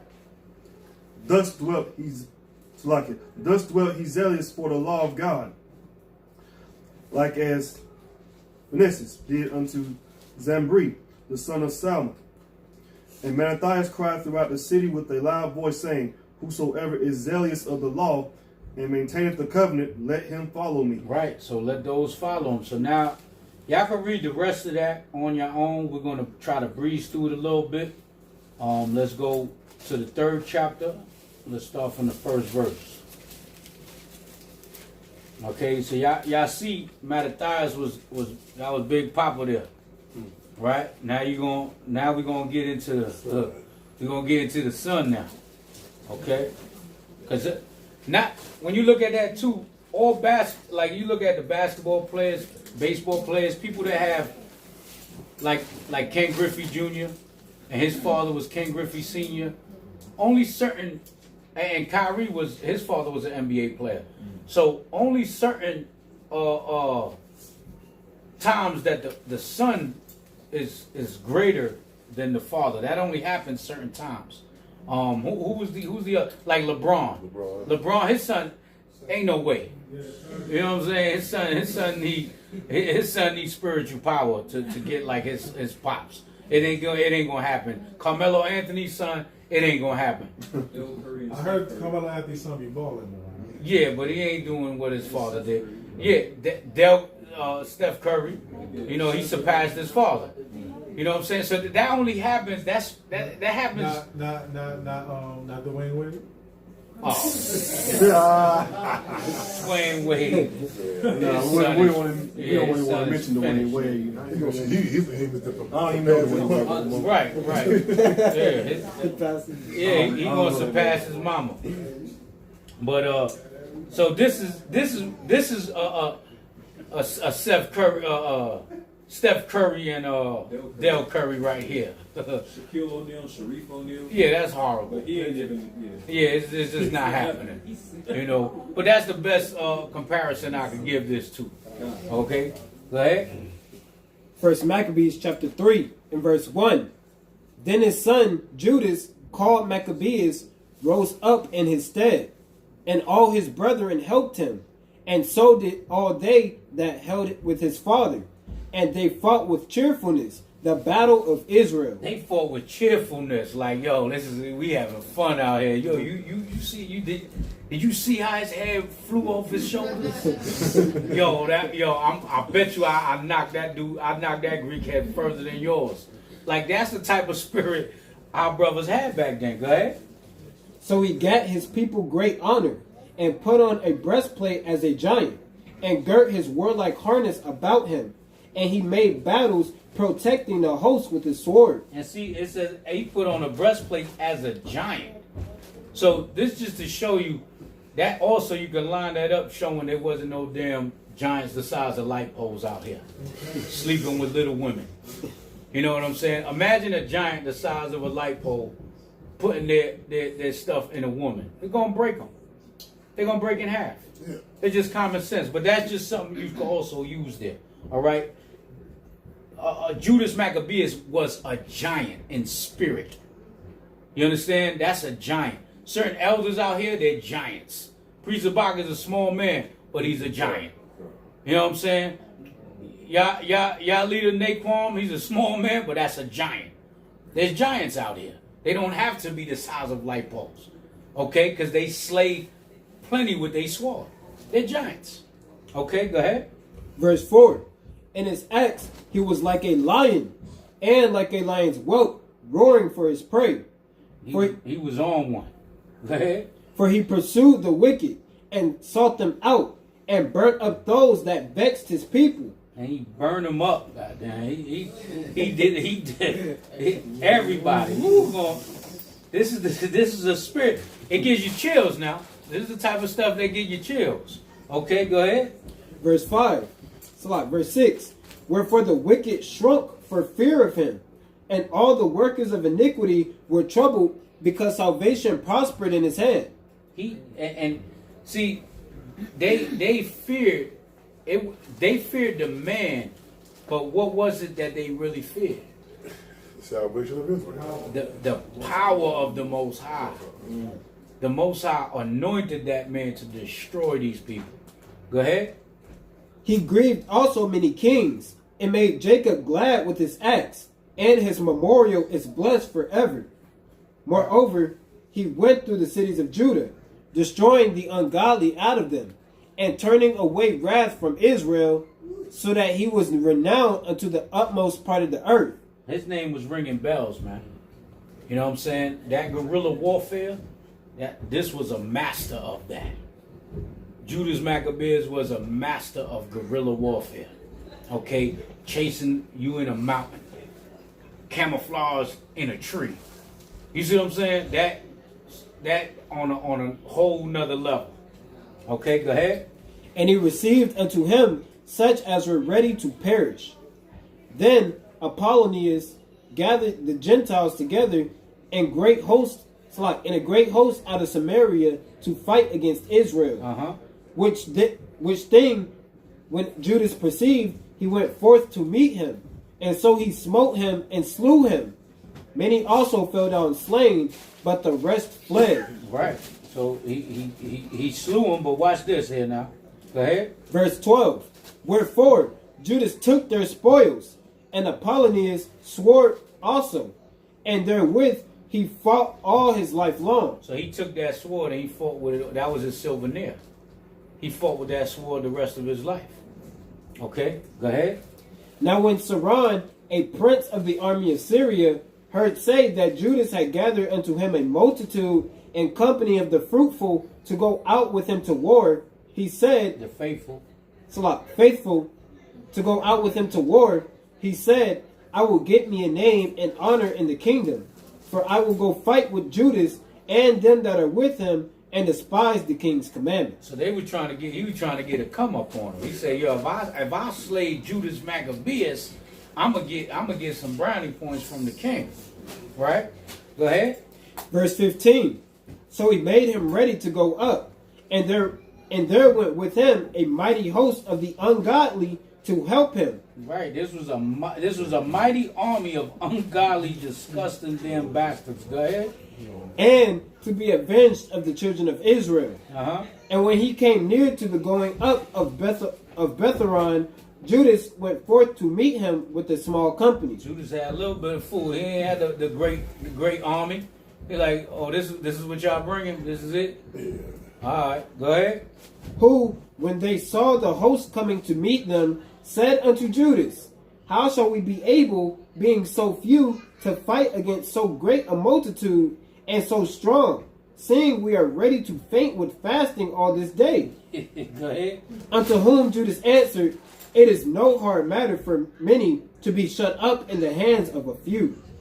And with the God of heaven, it is all one, to deliver with a great multitude or a small company. See, and that's why Judas was lifted up, because why? Judas didn't take the credit for all of this. All of the credit went to the Most High. That's right. You see what I'm saying? This ain't us out there prophesying. This is the Holy Spirit is moving through us. Just like in the book of Acts through the apostles, man. You understand? This is the Holy Spirit upon us. It gotta be a spirit on us to go out there. We look crazy. Right. If you really look at us from when you was in the world perspective and eyesight, we look nuts. We look nuts out there. Yeah, the scripture's talking about being a fool for Christ's sake, man. That's what we are. We're fools for Yahushua. Lord, please help to it with the what's the word I'm looking for? Foolishness of preaching. Right. You feel me? And that's what this is. That's what's shaking up the whole earth, man. The foolishness of preaching. Go ahead. Verse 19. For the victory of battle standeth not in the multitude of an host, but strength cometh from heaven. So he kept every time they questioning him, he like, yo, y'all don't understand what we dealing with right now, man. This is of the Most High. Okay, go ahead. They come against us in much pride and iniquity to destroy us, and our wives and children, and to spoil us. Right, and Donald Trump told niggas, he said, you might as well vote. Well, he said, you vote for me, you ain't got nothing to lose. What you got to lose? We don't got nothing to lose right now. You understand? And that's what he's saying there. He said, well, they're going to take everything. We don't fight now. Go ahead. Verse 21. But we fight for our lives and our laws. Wherefore, the Lord himself will overthrow them before our face. That's right. And as for you, be ye not afraid of them. Now as soon as he had left off speaking, he leapt suddenly upon them. And so Saran and his host was overthrown before him. And they pursued them from the going down of Betharon unto the plain, where were slain about 800 men of them. And the residue fled into the land of the Philistines. So they smote 800, and the rest said, nah, we don't want no smoke. We out. Go ahead. Then began the fear of Judas and his brethren, and an exceeding great dread, to fall upon the nations round about them. And so much as his fame came unto the king, all nations talked of the battles of Judas. See that? All the nations spoke about Judas. Go ahead. Now when King Antiochus heard these things, he was full of indignation. Wherefore he sent and gathered together all the forces of his realm, even a very strong army. He opened also his treasure, and gave his soldiers pay for a year. So now Antiochus is paying his soldiers for a year. He's giving them money in advance, because it's more than likely he's sending them out to die. But he like, yo, I'm going to give y'all this money, man. You know what I'm saying? Go handle this now. I'm going to pay y'all and all of this. Now watch what happened now. Go ahead. Commanding them to be ready whensoever he should need them. Right. Nevertheless, when he saw that the money of his treasures failed, and that the tributes in the country were small, because of the dissension and plague which he had brought upon the land, and taken away the laws which had been of old time. Right, they're like, nah, it ain't worth it. Judas is out there destroying these dudes, man. Salakia, and that's what also get our pressing man when we start hitting his pockets. Right. You understand? That's the one thing he don't want brothers to wake up. Imagine if all of our people just don't celebrate Christmas. You know how much their financial system will lose out on? It's probably start crumbling at the seams, like ripping apart right there. So, you know, just imagine everybody was in the spirit, their Halloween would be done, their Easter would be done. You know what I'm saying? Like all them folly days they use to keep our people broke, right? Imagine if everybody just said we're not buying no Nike no more, everybody. That whole company would belly up overnight. So this is another thing that Esau hates is when the income gets cut because righteousness starts to rise. Now let's skip down to the 43rd verse. Verse number 43. They said one to another, let us restore the decayed estate of our people, and let us fight for our people and the sanctuary. Then was the congregation gathered together, that they might be ready for battle, and that they might pray, and ask mercy and compassion. Now Jerusalem lay void as a wilderness. There was none of her children that went in or out. The sanctuary also was trodden down, and aliens kept the stronghold. The heathen had their habitation in that place, and joy was taken from Jacob, and the pipe with the harp ceased. Right. So all of this, we were still going through all those wars. We were still trodden down. All right. All them battles that Judas and Maccabees and his troops won, we were still trodden down. Go ahead. Verse 46. Wherefore the Israelites assembled themselves together, and came to Mashpah, over against Jerusalem. For in Mashpah there was the place where they prayed aforetime in Israel. Then they fasted that day, and put on sackcloth, and cast ashes upon their heads, and rent their clothes, and laid open the book of the law, wherein the heathen had sought to paint the likeness of their images. Yeah, they looking at everything. They going through it. Go ahead. They brought also the priest's garments, and the first fruits of the tithes, and the Nazarites they stirred up, who had accomplished their days. Then cried they with a loud voice toward heaven, saying, What shall we do with these, and whither shall we carry them away? For thy sanctuary is trodden down and profane. Right, what we going to do with all of this? Everything finished. Go ahead. And thy priests are in heaviness, and brought low. And lo, the heathen are assembled together against us to destroy us. What things they imagine against us, thou knowest. Right. How shall we be able to stand against them, except thou, O God, be our help? Right. There's only one way. Only one way we getting up out of this captivity also. Through the power of Yahweh Ba'ashem Yahushua. Go ahead. Then sounded they with trumpets, and cried with a loud voice. And after this, Judas ordained captains over the people, even captains over thousands, and over hundreds, and over fifties, and over tens. But as for such as were building houses, or had betrothed wives, or were planting vineyards, or were fearful, those he commanded that they should return. Right. He said, y'all going to do all of this? And where that come from? That's from the law. Right. Deuteronomy, the 20th chapter. You scared. You got your new wife. You're building your house. You got your vineyard.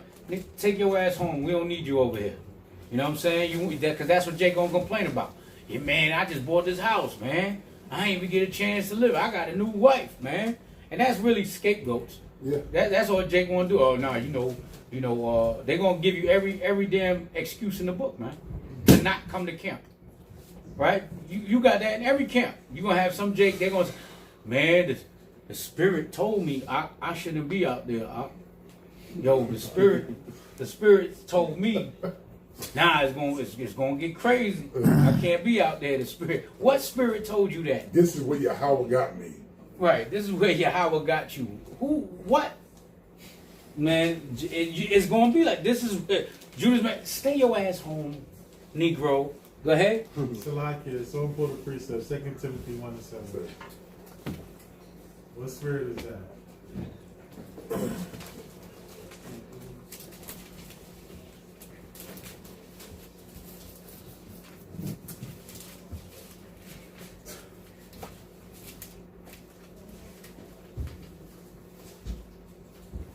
Timothy 1:7. You remember the Philip in the Bronx, right?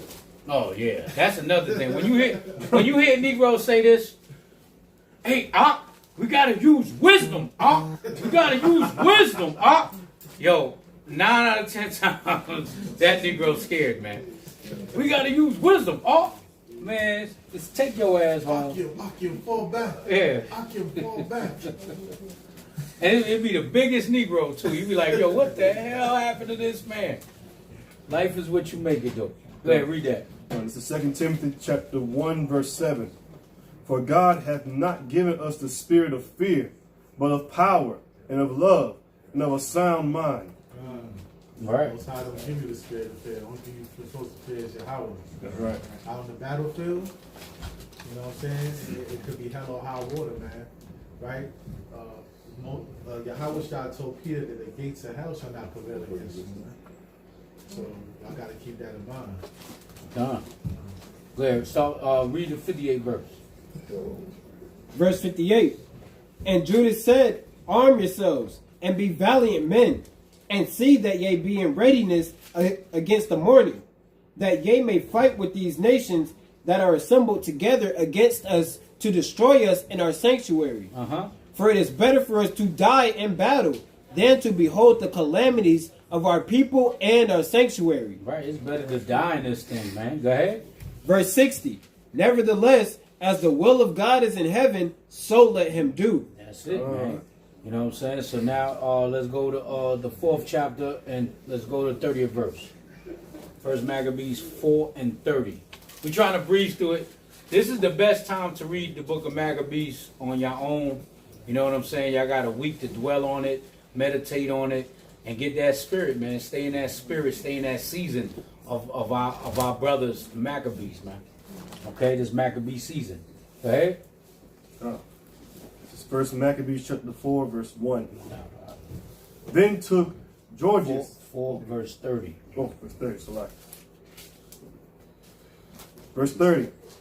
And when he saw that mighty army, he prayed and said, Blessed art thou, O Savior of Israel, who didst quell the violence of the mighty man by the hand of thy servant David, and gavest the host of strangers into the hands of Jonathan, the son of Saul, and his armor bearer. See that? So he's asking for that same spirit that David had. Okay, he praying for that spirit. Go ahead. Verse 31. Shut up this army in the hand of thy people Israel, and let them be confounded in their power and horsemen. Right, let them be confounded, because that's what they think. They got all the horsemen making all the noise, all the dust is coming up. You see all these troops, You think you got you think you got it won. You think you don't want it. It's a unanimous decision. No, it's not. Okay, not with the Most High on your side. Go ahead. Verse 32. Make them to be of no courage, and cause the boldness of their strength to fall away, and let them quake at their destruction. This is what he's praying for, man. He's telling the Most High to put all of this upon them, man. This is the Most High fights for us. It's not our sword. It's not our power. It's not how much you could bench press, how many jabs you could throw within 30 seconds. It's none of that. Okay, go ahead. Verse 33. Cast them down with the sword of them that love thee, and let all those that know thy name praise thee with thanksgiving. Not Thanksgiving with your turkey and your ham hocks and your chitlins and your cranberry sauce. Go ahead. Verse 34. So they joined battle, and there were slain of the host of Lycius about 5,000 men. Even before them were they slain. Now when Lycius saw his army put to flight, and the manliness of Judas soldiers, and how they were ready either to live or die vainly, he went into valiantly. He went into Antiochia, and gathered together a company of strangers, and having made his army greater than it was, he purposed to come again into Judea. Then said Judas and his brethren, behold, our enemies are discomfited, and let us go up to cleanse and dedicate the sanctuary.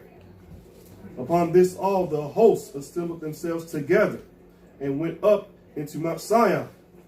And when they saw the sanctuary desolate, and the altar profaned, and the gates burned up, and shrubs growing in the courts as in a forest. Right. Everything just all out of place, man. Now nobody's cutting the weeds, nobody cutting the grass, everything just looking crazy. Go ahead.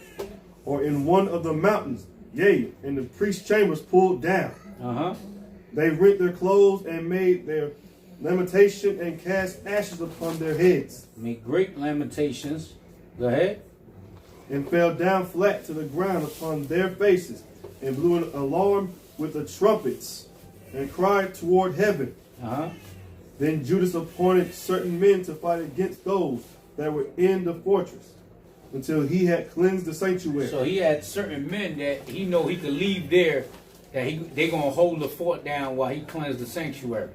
They was holding down the fortress. You can't just have a regular soldier there. You gotta have skilled men. Yo, we gotta do all of this, clean up the temple, make sure these bastards don't come inside. Yeah, they're gonna have to do it with a partial of the group. Right. So you're gonna have to be well trained and seasoned in whatever you're dealing with on that kind of right. Your top elite soldiers. Okay, go ahead.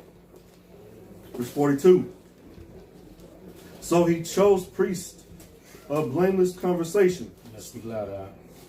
such as had pleasure in the law. Right. So he chose the blameless priests, not the priests that had stains on their name. Okay, go ahead. Verse 43. Who cleansed the sanctuary and buried out the defiled stones into an unclean place. Right. Took everything out of there. Go ahead. Verse 44. And when as they consulted what to do with the altar of burnt offerings, which was profane, they thought it best to pull it down, lest it should be a reproach to them, because the heathen had defiled it. Wherefore they pulled it down. Yeah, they took everything down. We're going to keep none of this stuff. This is an abomination. Okay, we're going to build it all brand new. Go ahead. And laid up the stones in the mountain of the temple in a convenient place, until there should come a prophet to show what should be done with them. You see, these were the priests. The Maccabees, these are the sons of Aaron, man. These are Levites. Okay, powerful Levites, and they were still waiting on a prophet. They said we ain't gonna pull them down till a prophet a righteous prophet come by.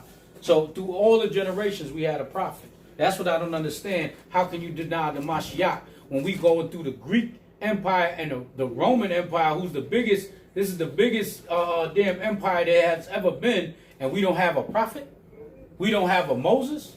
We don't have an Elisha and an Elijah. That don't make no damn sense. Okay, go ahead. Verse 47. Then they took whole stones according to the law, and built a new altar according to the former. Done. So now, matter of fact, where we at? 47. Yeah, we might as well read the rest of it. We're going to read the rest of the chapter. Go ahead. Verse 48. And made up the sanctuary and the things that were within the temple, and hollowed the courts.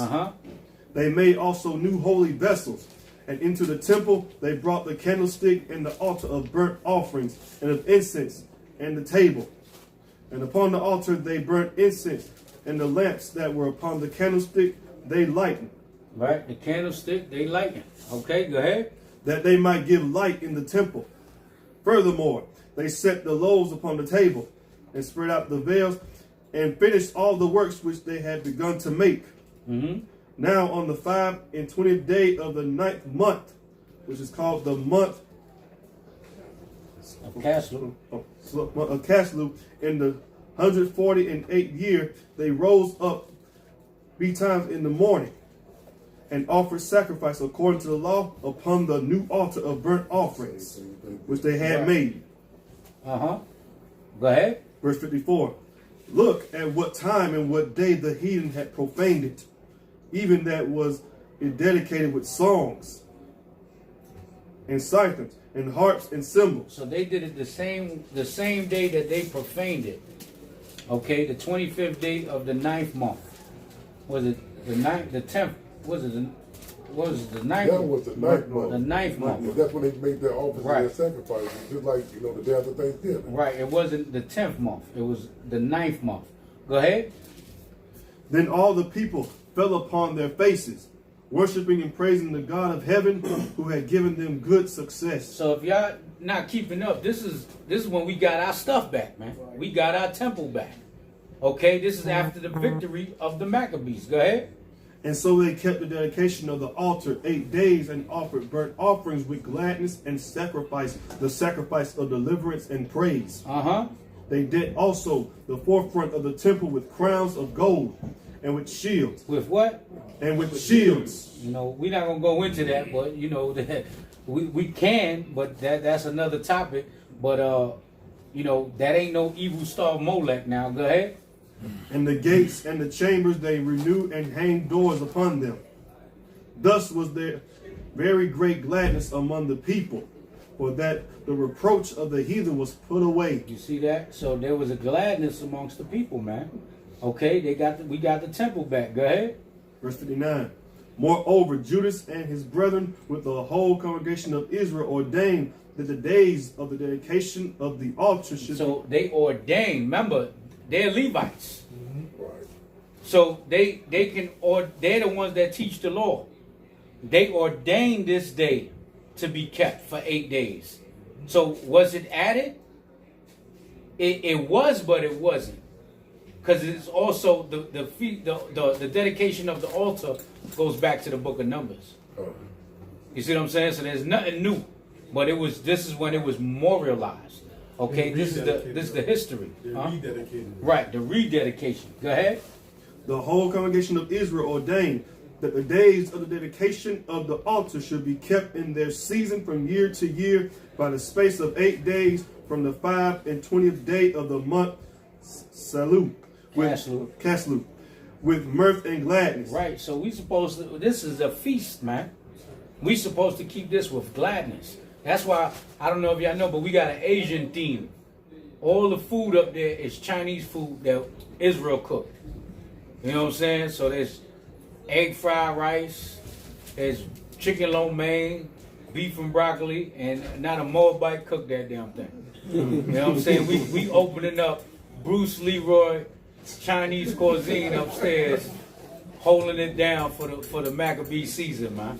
You know what I'm saying? We switched it up. Brothers and sisters came together, or the sisters really. You know what I mean? All praises for the sisters. All right, go ahead. Verse 60. At that time also they built it up the Mount Sion with high walls and strong towers round about, lest the Gentiles should come and tread it down, as they had done before. So they built that fortress. But we all know that it's got treading down again. Go ahead.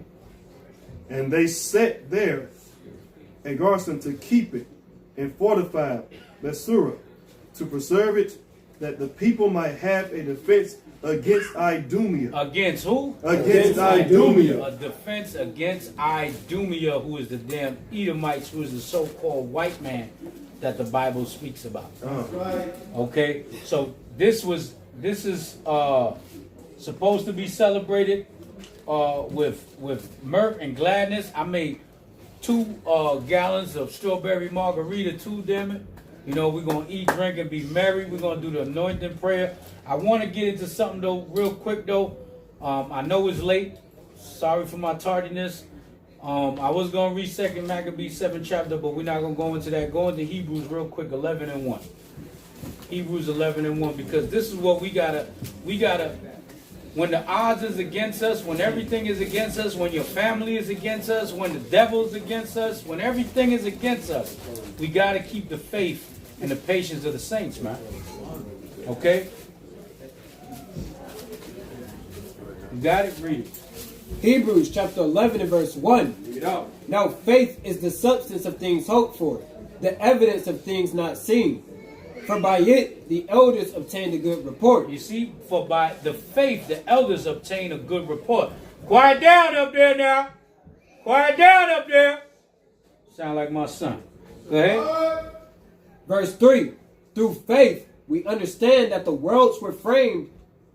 It's a lot. We understand that the worlds were framed by the word of God. So that things which are seen were not made of things which do appear. Right. Okay, go ahead. By faith Abel offered unto the Most High a more excellent sacrifice than Cain. Right, that was his faith, man. He put in faith. Your faith proves your works. It proves your works. You're going to go hard with your faith, and your works going to show for it. Okay, go ahead. By which he ordained witness that he was righteous. God testifying of his gifts, and by it he being dead yet speaketh. Right. By faith Enoch was translated, that he should not see death, and was not found because God had translated him. And that's the faith we got to keep right now, that we're not going to see death. This is the faith that all of our forefathers kept. This is the faith of the Maccabees, man. This is the faith of the Maccabees, that no weapon formed against us shall prosper. No army or host or ADL or damn vaccines, nothing that they throw against us shall prosper, man.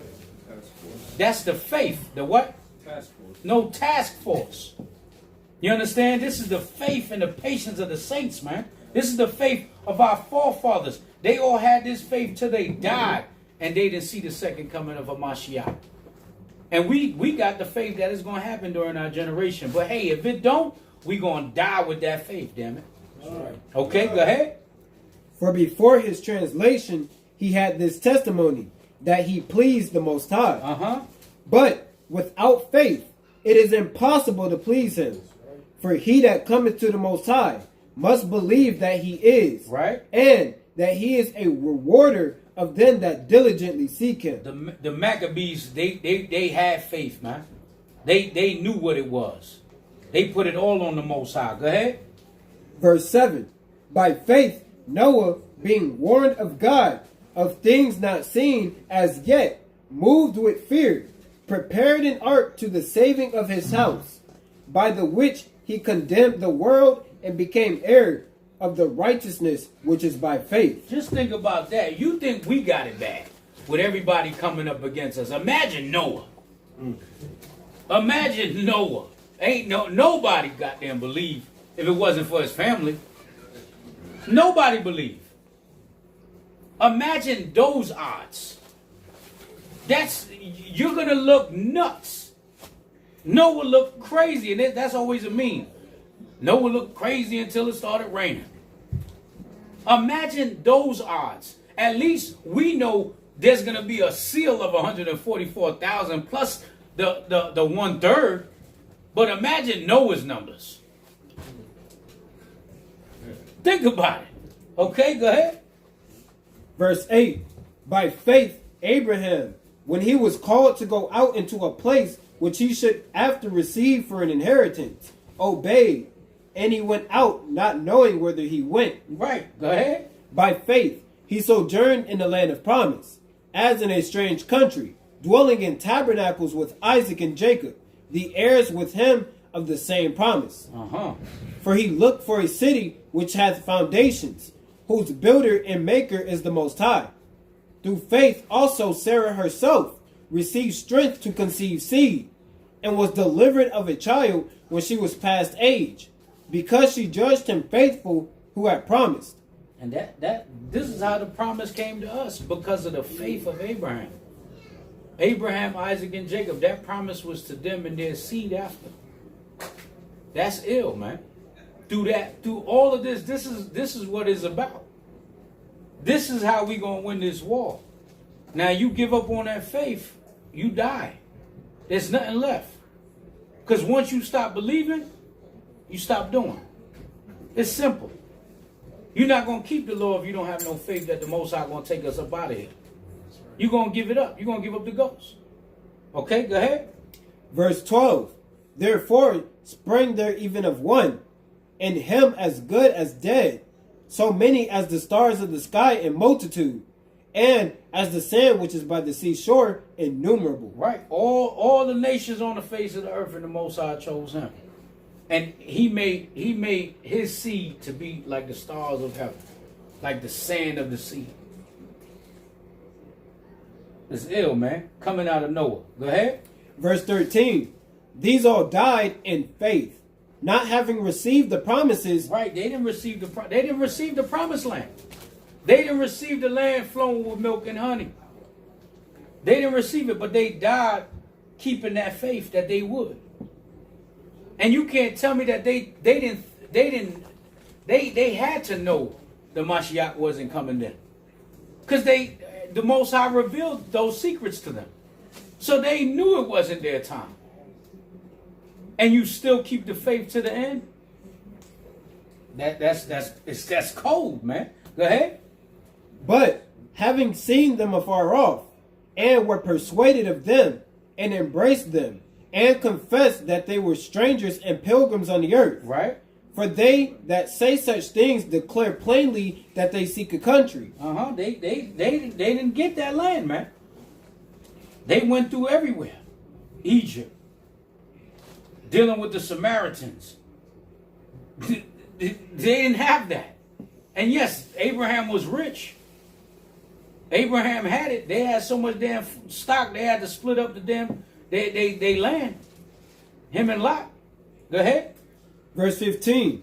And truly, if they had been mindful of that country from whence they came out, they might have had opportunity to have returned.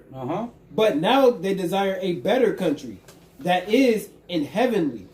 Wherefore God is not ashamed to be called their God, for he hath prepared them a city. And that city is what? New Jerusalem, man. So we going to take that kingdom, man. Go ahead. That verse 13, there's a deeper understanding on that, right? Abraham knew, the Most High showed the prophets all that through Yahushua. All right? I'm going to get another scripture to link up to what the brother is going through. Go to Hebrews 11:39. All right? They understand that they obtained a good report through faith. Right? They understood that they're going to inherit, their seed and them are going to inherit the kingdom of heaven. Even though they knew that it won't happen at their time. Right? But through faith, that was what established their strength to keep going, right? But go to Hebrews 11:39. Actually start at 38 real quick. Let me see what that says. You're just skipping the chapter though, man. You didn't put I know. I just want to touch on your point. I know you're gonna read down. I know you're reading down. Bring that 30 go right to 39. Yeah, I'm gonna give it back to you so you can continue your point. I just want to establish something. Hebrews chapter 11, verse 39. And these all, having obtained a good report through faith, received not the promise. God, Yahweh, having provided some better thing for us, that they without us should not be made perfect. Right. I just wanted 39. All right. They obtained a good report through faith. Go to John 8:55. Yeah, I know we're in the same chapter. I just wanted to show that point real quick.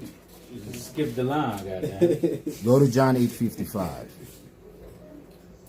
Comes John chapter 8, verse 55.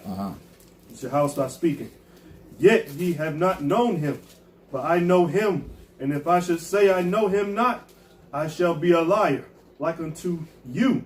But I know him and keep his saying. Right. So Yahweh, we know he keeps the sayings of the Most High God, right? Read on, verse 56. Your father Abraham rejoiced to see my day, and he saw it and was glad. What day is this talking about? This is Christ still talking, right? It says, your father Abraham rejoiced to see my day, and he saw it.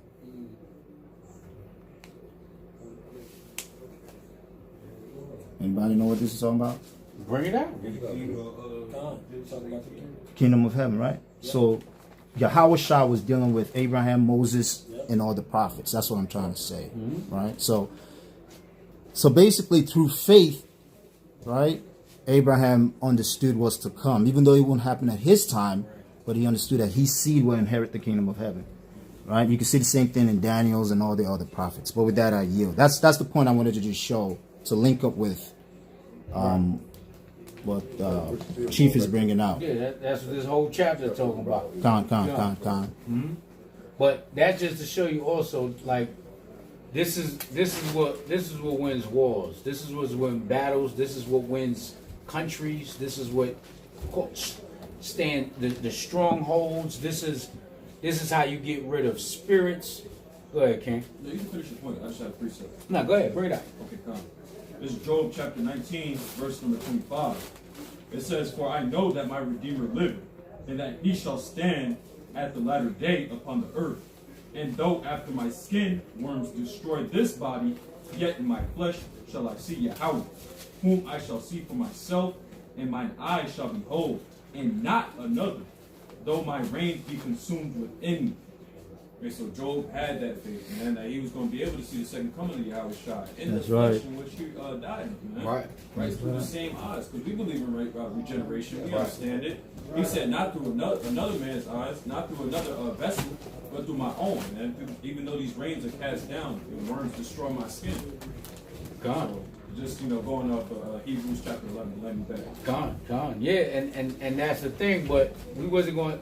It's definitely the regeneration. I brought that up in Revelation 1 and 7, but they still, like, we got it. If we don't see it through our generation, it's going to be our children, or we're going to have to come back and see it. We understand that. But when you know you're not at nowhere near it, and you keep that faith to them, what the hell is going on? I got it. That's ice? Yeah, that's right. Ice. God damn. They came in like Okay. 6 bags of ice. So, just drop down to 17. We're gonna read that up. 17 and to just keep reading from 17. Hebrews chapter 11 and verse 17. By faith, Abraham, when he was tried, offered up Isaac, and that he had received the promises, offered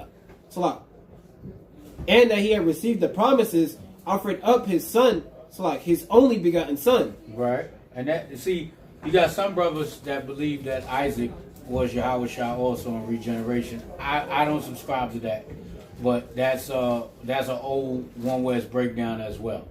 You know what I'm saying? But I ain't gonna put my money on that. I put my money on Solomon. I ain't gonna put all my money on that one.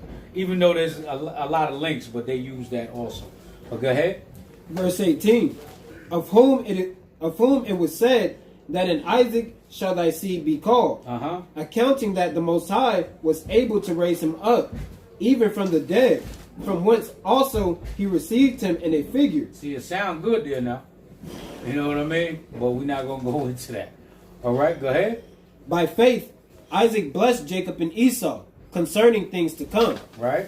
By faith, Jacob, when he was a dying, blessed both the sons of Joseph and worshiped, leaning upon the top of his staff. That's how the grandchildren became children. That's how we became tribes. Go ahead. By faith, Joseph, when he died, made mention of the departing of the children of Israel, and gave commandment concerning his bones. By faith, Moses, when he was born, was hid 3 months of his parents, because they saw he was a proper child, and they were not afraid of the king's commandment. By faith, Moses, when he was come to years, refused to be called the son of Pharaoh's daughter, choosing rather to suffer affliction with the people of God than to enjoy the pleasures of sin for a season, esteeming the reproach of Christ, Yahushua, greater riches than the treasures in Egypt, for he had respect unto the recompense of the reward. Right, he gave it all up for that, for the riches of the treasures that you can't put on earth, man. Go ahead. Verse 27. By faith he forsook Egypt, not fearing the wrath of the king, for he endured, as seeing him who is invisible. Through faith he kept the Passover and the sprinkling of blood, lest he that destroyed the firstborn should touch them. So if we don't keep these feast days, we don't have no faith. We ain't got no faith. We keeping all of this through faith. But y'all can read the rest. Hopefully, you want to I'm keep going to reading? touch on a point, man. Go ahead. Verse 27. Read that again, King. Verse 27. By faith he overtook Egypt. He forsook Egypt, not fearing the wrath of the king. Not fearing the wrath of the king. And that's the same kind of faith we're going to have in these last days when the persecution come upon us, man. We can't fold because of your job. You know what I'm saying? When it's, what's the old saying? When it's on, it's on. Right. You know what I'm saying? When it pops off and it's on, we got these things. Romans 15 verse say what? 4 says what? What was written before time was written for our learning. These are the things that we're supposed to be following. We're supposed to look at ourselves, you know what I'm saying, and look at the ancient, and say, you know what? Yeah, Judas they brought back and dedicated the temple. You know what I'm saying? We rededicate the temple. This spiritual temple, the men that's out here doing the works and the sisters that follow the commandments, right. And we are right now dedicating the temple back. You feel me? And so we must walk without fear unto our Lord, man, because he's going to fight for us if we don't believe. Job said what? That which he feared fell upon him. You know what I'm saying? If we out there and we scared that thing we're going to get overthrown, the Lord might overthrow us. But that just goes to show what? There's a faith problem there. God. So we know what I'm saying? But read that again, King. By faith, we got to forsake what the king's order, these jabs. You know what I'm saying? Whatever's going to come upon us with this Shemitic task force. So we got to think strong, man, and think as one unit. You know what I'm saying? And move forward as that unit, man. We got to see, you got to say, imagine seeing your brothers and sisters fall, but you still got the faith to pick up on it. Let me get 1 Maccabees chapter 13 and verse 2. Watch this. Because we have valiant men that even when their ancestors, their fathers, their brothers, they fell, they still picked up the torch and ran it in, man. We still got to dedicate this temple. You know what I'm saying? No matter what. Read the King. 1 Maccabees chapter 2 is what? No, 13. 1 Maccabees 13 and verse 2. 1 Maccabees chapter 13, verse 2.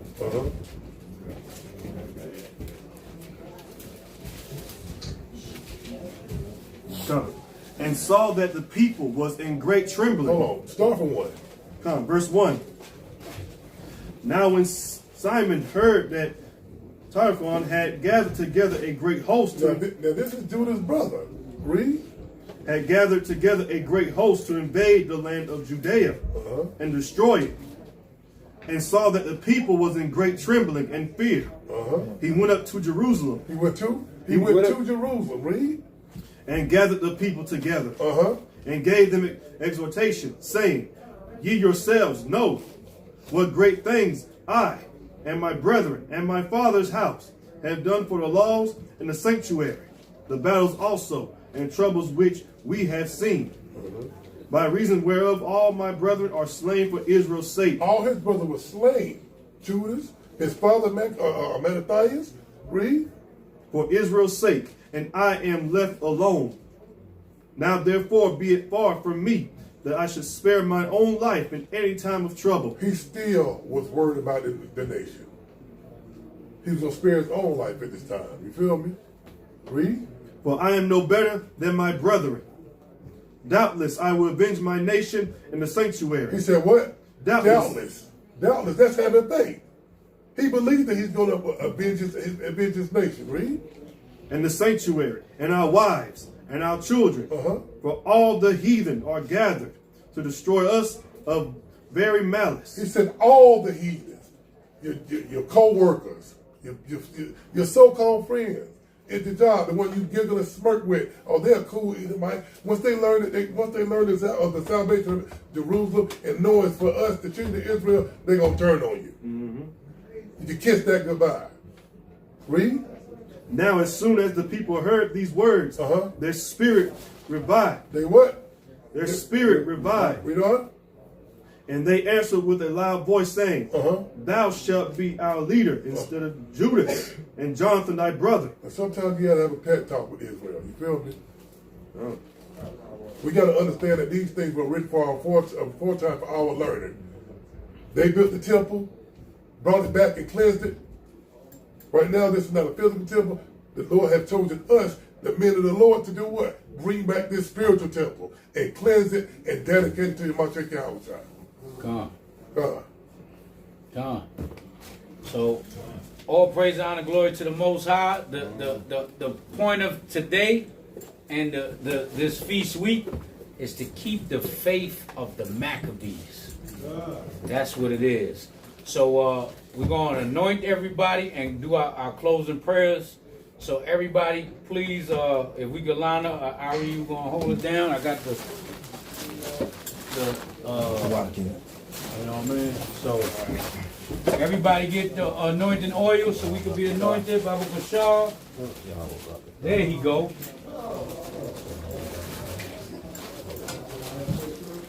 Everybody get your anointing oil. Baba Bashar, Baba Bashar. All praises. Everybody upstairs, make sure y'all come down here for the anointing prayer.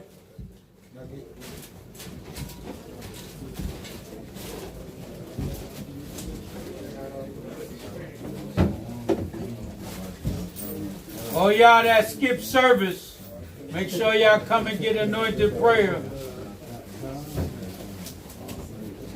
And if it starts to fizzle, that means it's working.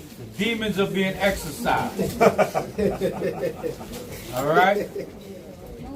You know, his gonna be like chicken, fried chicken on top of that boiled head.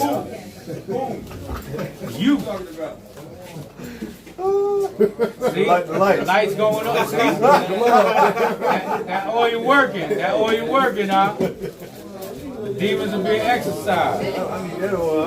I got that soul,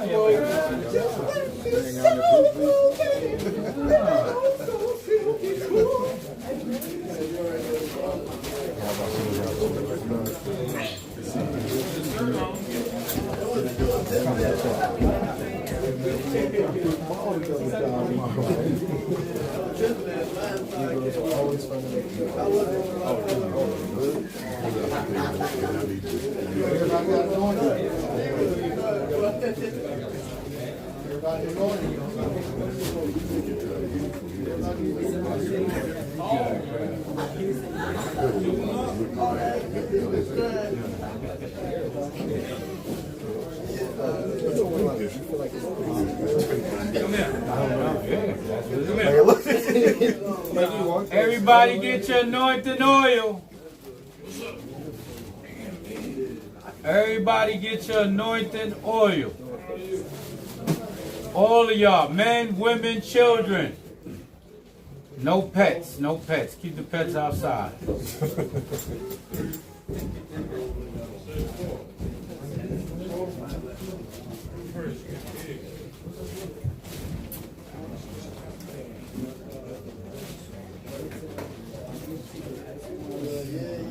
I think we need to knock down this wall, man. We got to make this school bigger, man. We need more seating in here. All praises, man. Bro.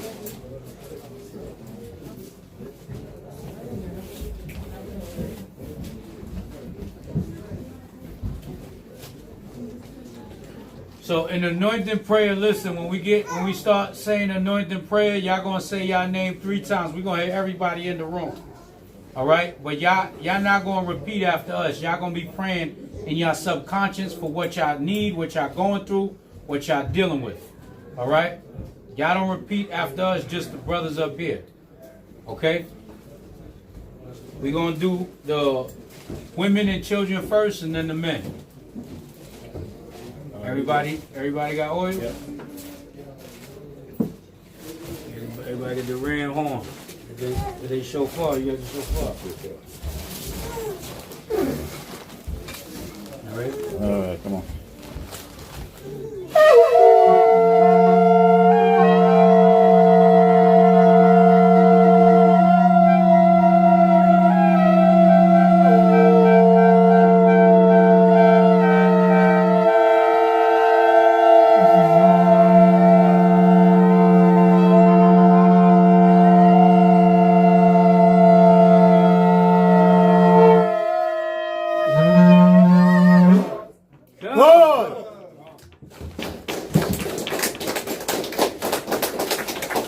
We're going to do the women and children first. Well, the women first and then the children. All right? Or y'all say y'all children's name if they can't say their name. All right? Okay. Shaw Paul, you want to come up here?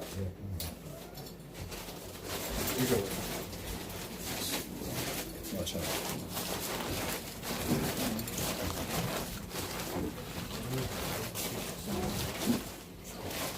All right? Women and children first. Y'all say y'all children's name if they can't say their name. All right? Yabaraka Yahweh. Yabaraka Yahweh. Wa Yashamaraka. Wa Yashamaraka. Ya Yahweh. Ya Yahweh. Man Yahweh. Man Yahweh. How Yaka. How Yaka. Wa Yakanka. Yakanka. Yasha Yahweh. Yasha Yahweh. Man Yahweh. Man Yahweh. How Yaka. How Yaka. Wa Yashamlaka. Yashamlaka. Shalom. Shalom. Yahweh. Yahweh. Hashem. Hashem. Yahweh Shai. Yahweh Shai. Shema Ayel. Shema Ayel. Barak Rapah. Barak Rapah. Yahweh the Yah. Yahweh the Yah. Yahweh the Yah. Maniya. Maniya. Maniya. Nakwa. Nakwa. Nakwa. Lennox. Lennox. Lennox. Lennox. Lennox. Lennox. Ayla. Ayla. Ayla. Miranda. Miranda. Miranda. Amelia. Amelia. Amelia. Des. Des. Des. Award. Award. Award. Shasha'al. Shasha'al. Shasha'al. Shasha'al. Shasha'al. Shasha'al. Naya. Naya. Naya. Natasha. Natasha. Tasha. Hold on one second.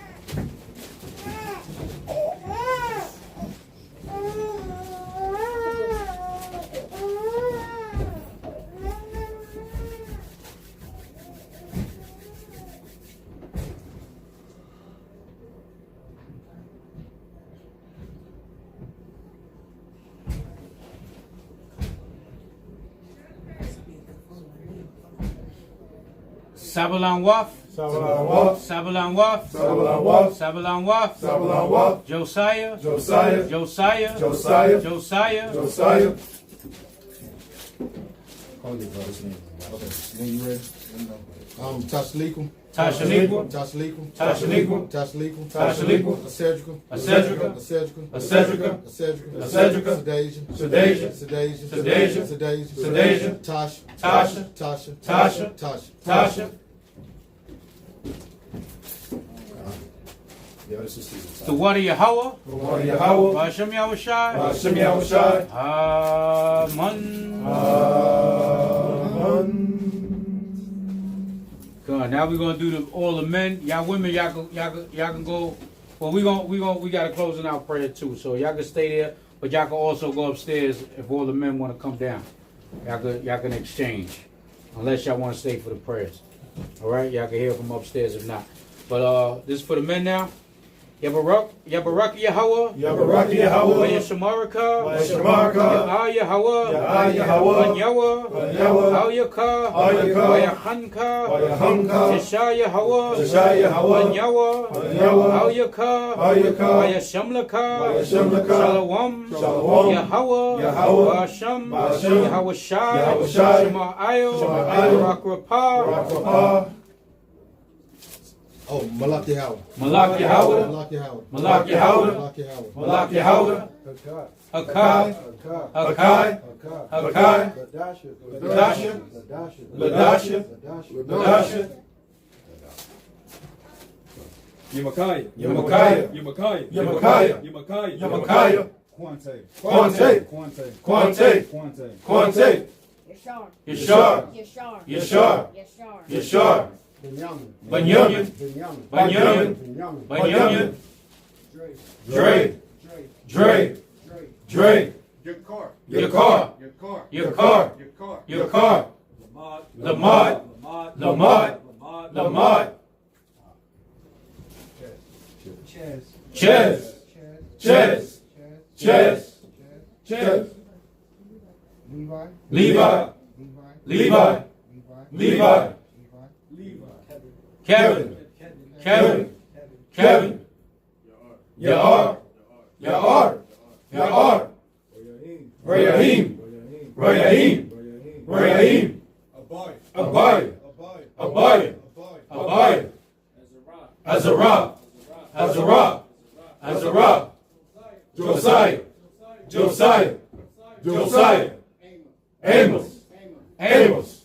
Amos. Jontavius. Jontavius. Jontavius. Daniela. Daniela. Daniela. Caleb. Caleb. Caleb. Moses. Moses. Moses. Moses.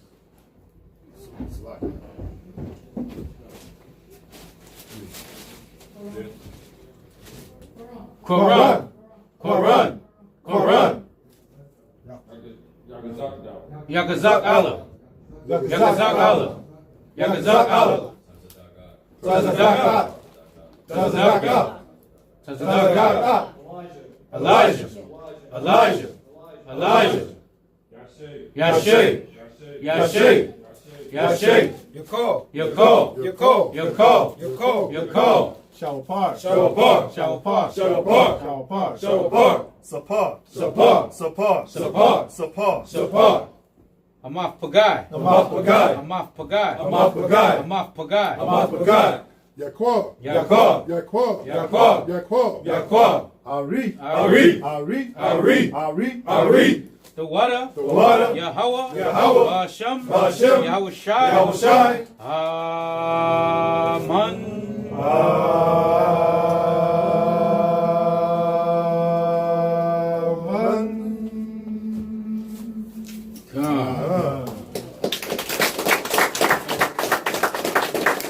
Stand and face the east now. Everybody stand and face the east. Psalms 121 real quick. I will lift up my eyes unto the hills from whence cometh my help. My help cometh from Yahweh which made heaven and earth. He will not suffer thy foot to be moved. He that keepeth thee shall not slumber.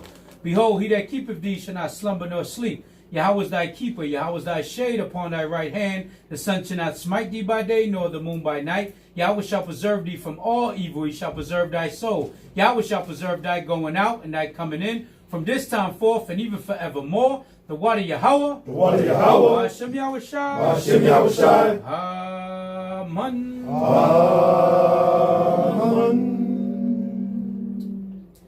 Dear Heavenly Abba Yahweh, we come before you at this moment in time to give you all honor, praise, and glory to your mighty, terrible, and holy name. To say Barakatah Yahweh. Barakatah Yahweh. Barakatah Yahweh. Barakatah Yahweh. Water Yahweh for everything, the good, the bad, the ugly, the past, the present, the future. And allowing all the brothers and sisters to make it here safe, sound, well protected, and guided under your angels' wings, knowledge, wisdom, and understanding. We pray for all the brothers and sisters traveling to and fro to keep your feast day holy to the best of their ability. We pray them safe travels on Yahweh's speed. We also pray for all the brothers and sisters that's going through something right now, physically, spiritually, mentally, emotionally, financially. We pray that you comfort us all in our times of need, in our times of depression, being at the lowest state. While the whole world is against us, we know you are for us, O Heavenly Abba Yahweh. We pray that you continue to pour a heavier portion of your Holy Spirit upon us. Continue to keep our lamps filled with your oil, O Heavenly Abba Yahweh, allowing us to continue in this race of faith, O Heavenly Abba Yahweh, to continue in having in this endurance, to continue in this race and never give up, O Heavenly Abba Yahweh. We pray that you strengthen the weak and heal the sick of our people, O Heavenly Abba Yahweh. We also pray for all the food that you blessed us with, all the drink that you bless us with. We ask you that you please bless it and cleanse it in the blood of Yahweh Shai, and forgive us if there's anything unclean that we shouldn't be eating that we don't know about, O Heavenly Abba Yahweh. We also pray at this moment in time that you continue to bring forth all judgment upon all the heathens, especially those that hate and despise you and your children. We also pray at this moment in time that all Yashala have a blessed, safe, and productive and beautiful feast of dedication, O Heavenly Abba Yahweh, throughout their week and throughout their travels. We also give you all honor, praise, and glory to your mighty, terrible, and holy name. And again, we say Barakatah Yahweh, Barakatah Yahweh, Barakatah Yahweh, Barakatah Yahweh. And we say we love you, O Heavenly Abba Yahweh. We love you, Yahweh. Wada Yahweh. Wada Yahweh. Hashem Yahweh Shai. Hashem Yahweh Shai. Kalaya. Kalaya. Kalaya. Kalaya. Amen. God. So, you had something to say? Yeah, I got some. Salakia family. Hopefully y'all can hear me up there. When we having the prayers and anointing and you're going to partake of that, everything else got to cease. All right? All the cooking, whatever you're doing, and you're going to partake of it, that got to cease. All right? Let all things be done decently and in order. All right? I don't need to be chasing people all around the building to get anointed. All right? Let's all congregate together, get close as possible, so when your name get called, you can respond and get your blessings. Because this is important too. Right? This process is extremely important. So just keep that in mind, Israel. It's all love, okay? So hopefully I pray you guys take it well with that, okay? But that's it. Before we eat, drink, and be merry, just understand, do it in moderation. We don't want nobody sleeping outside with their shoes off. All right? I know there's some drink up there. But listen, we have a school. We do pay electric. This is the school where everybody comes. We turn the house into a school. The brother Malak opened up the doors for us. Just understand, I know this is the part that everybody hates, but if you got it in your hearts and you got any donations to give, y'all can leave it up here. All is welcome. If we don't have the swiper, but if y'all want to buy some food with the food stamp card, we take that too. You know what I'm saying? You want to fill up the refrigerator, anything. All donations is welcome. His Cash App is $T Morel with 2 R's and 2 L's 79. All right, you can ask him for the Cash App if y'all don't have no cash on hand, but if y'all got anything in your hearts, please donate it. This is how we pay for the electric, we pay for the water. As y'all can see, we ain't get the heat turned on yet because we got to get a new boiler. You know what I'm saying? So everything costs, just keep that in mind. Yasha Allah. And with that, eat, drink, and be merry unless somebody has something else to say. Ciao, Paul. In this day and time right now, with everybody with Israelite on the top of their tongue, right? It's a pleasure. It's a pleasure and honor to serve the Most High. That's right. So of course, you know, this establishment, this place is a very holy place. And you know, if anybody have it in their heart to donate, it's very important because once that famine of the word hit and they start killing and locking up Israelites for this word, places like this is going to be a rest haven for us. Because we just read what happened in the Maccabees. Forget Planned Parenthood. They was hanging infants around the women's necks. Right? They was chasing them down, persecuting them. If y'all read, what's that, 2 Maccabees chapter 7, you see that a woman had her sons murdered before her eyes. Right? And she had to swallow that. So these are the times that's going to come again, right, before the dreadful and fearful day of the Lord comes. That famine of the word is coming. Because they getting tired of us. They getting tired of us. They mad Kanye did what he did. They mad Kyrie did what they did because now more people asking questions and they just want everybody just to shut up and turn away. Once they realize they can't shut us up, they're going to want to kill us or persecute us. And a place like this is going to be a rest tape, and y'all got to think about not today but tomorrow. Right? And that's all I got to say. Anybody else got any words? Anything y'all want to say? Y'all can bring it out. Forever hold your peace. Water for having us, for hospitality, and all praise to the Most High. We able to dwell in unity. Like God. Yo, wherever HOI is, WFI is always welcome. Y'all brothers, until kingdom come, and even after that, y'all brothers. You know what I'm saying? As long as we keep that integrity, we keep that brotherhood. We don't no murmuring. If we got any quarrels, we bring it to the table and talk about it as men or women. You know what I'm saying? None of that nonsense. We don't need no splits amongst the camps. We don't need none of the backbiting. It's brotherhood, sisterhood. Right. Let's keep it intact. Let's keep it in order, decency, and in order. You know what I'm saying? But wherever HOI is, WFI is always welcome, man. And Tawada for coming through. You know what I'm saying? So, all praises. Nobody? Eat, drink, and be merry, goddamn. So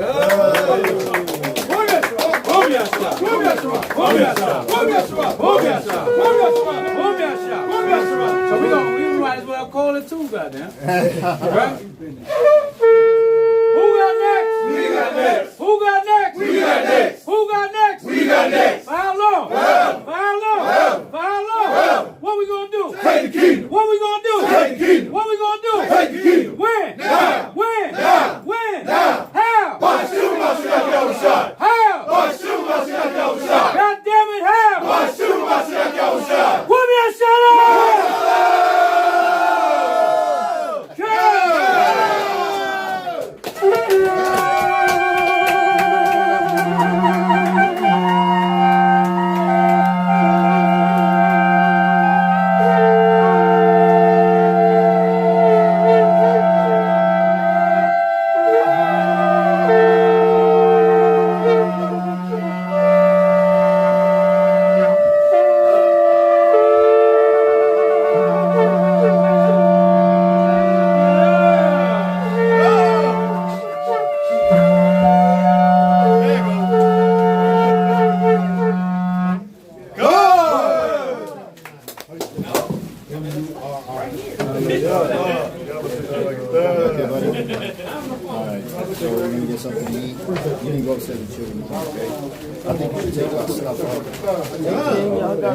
Hold on, let me get my stuff.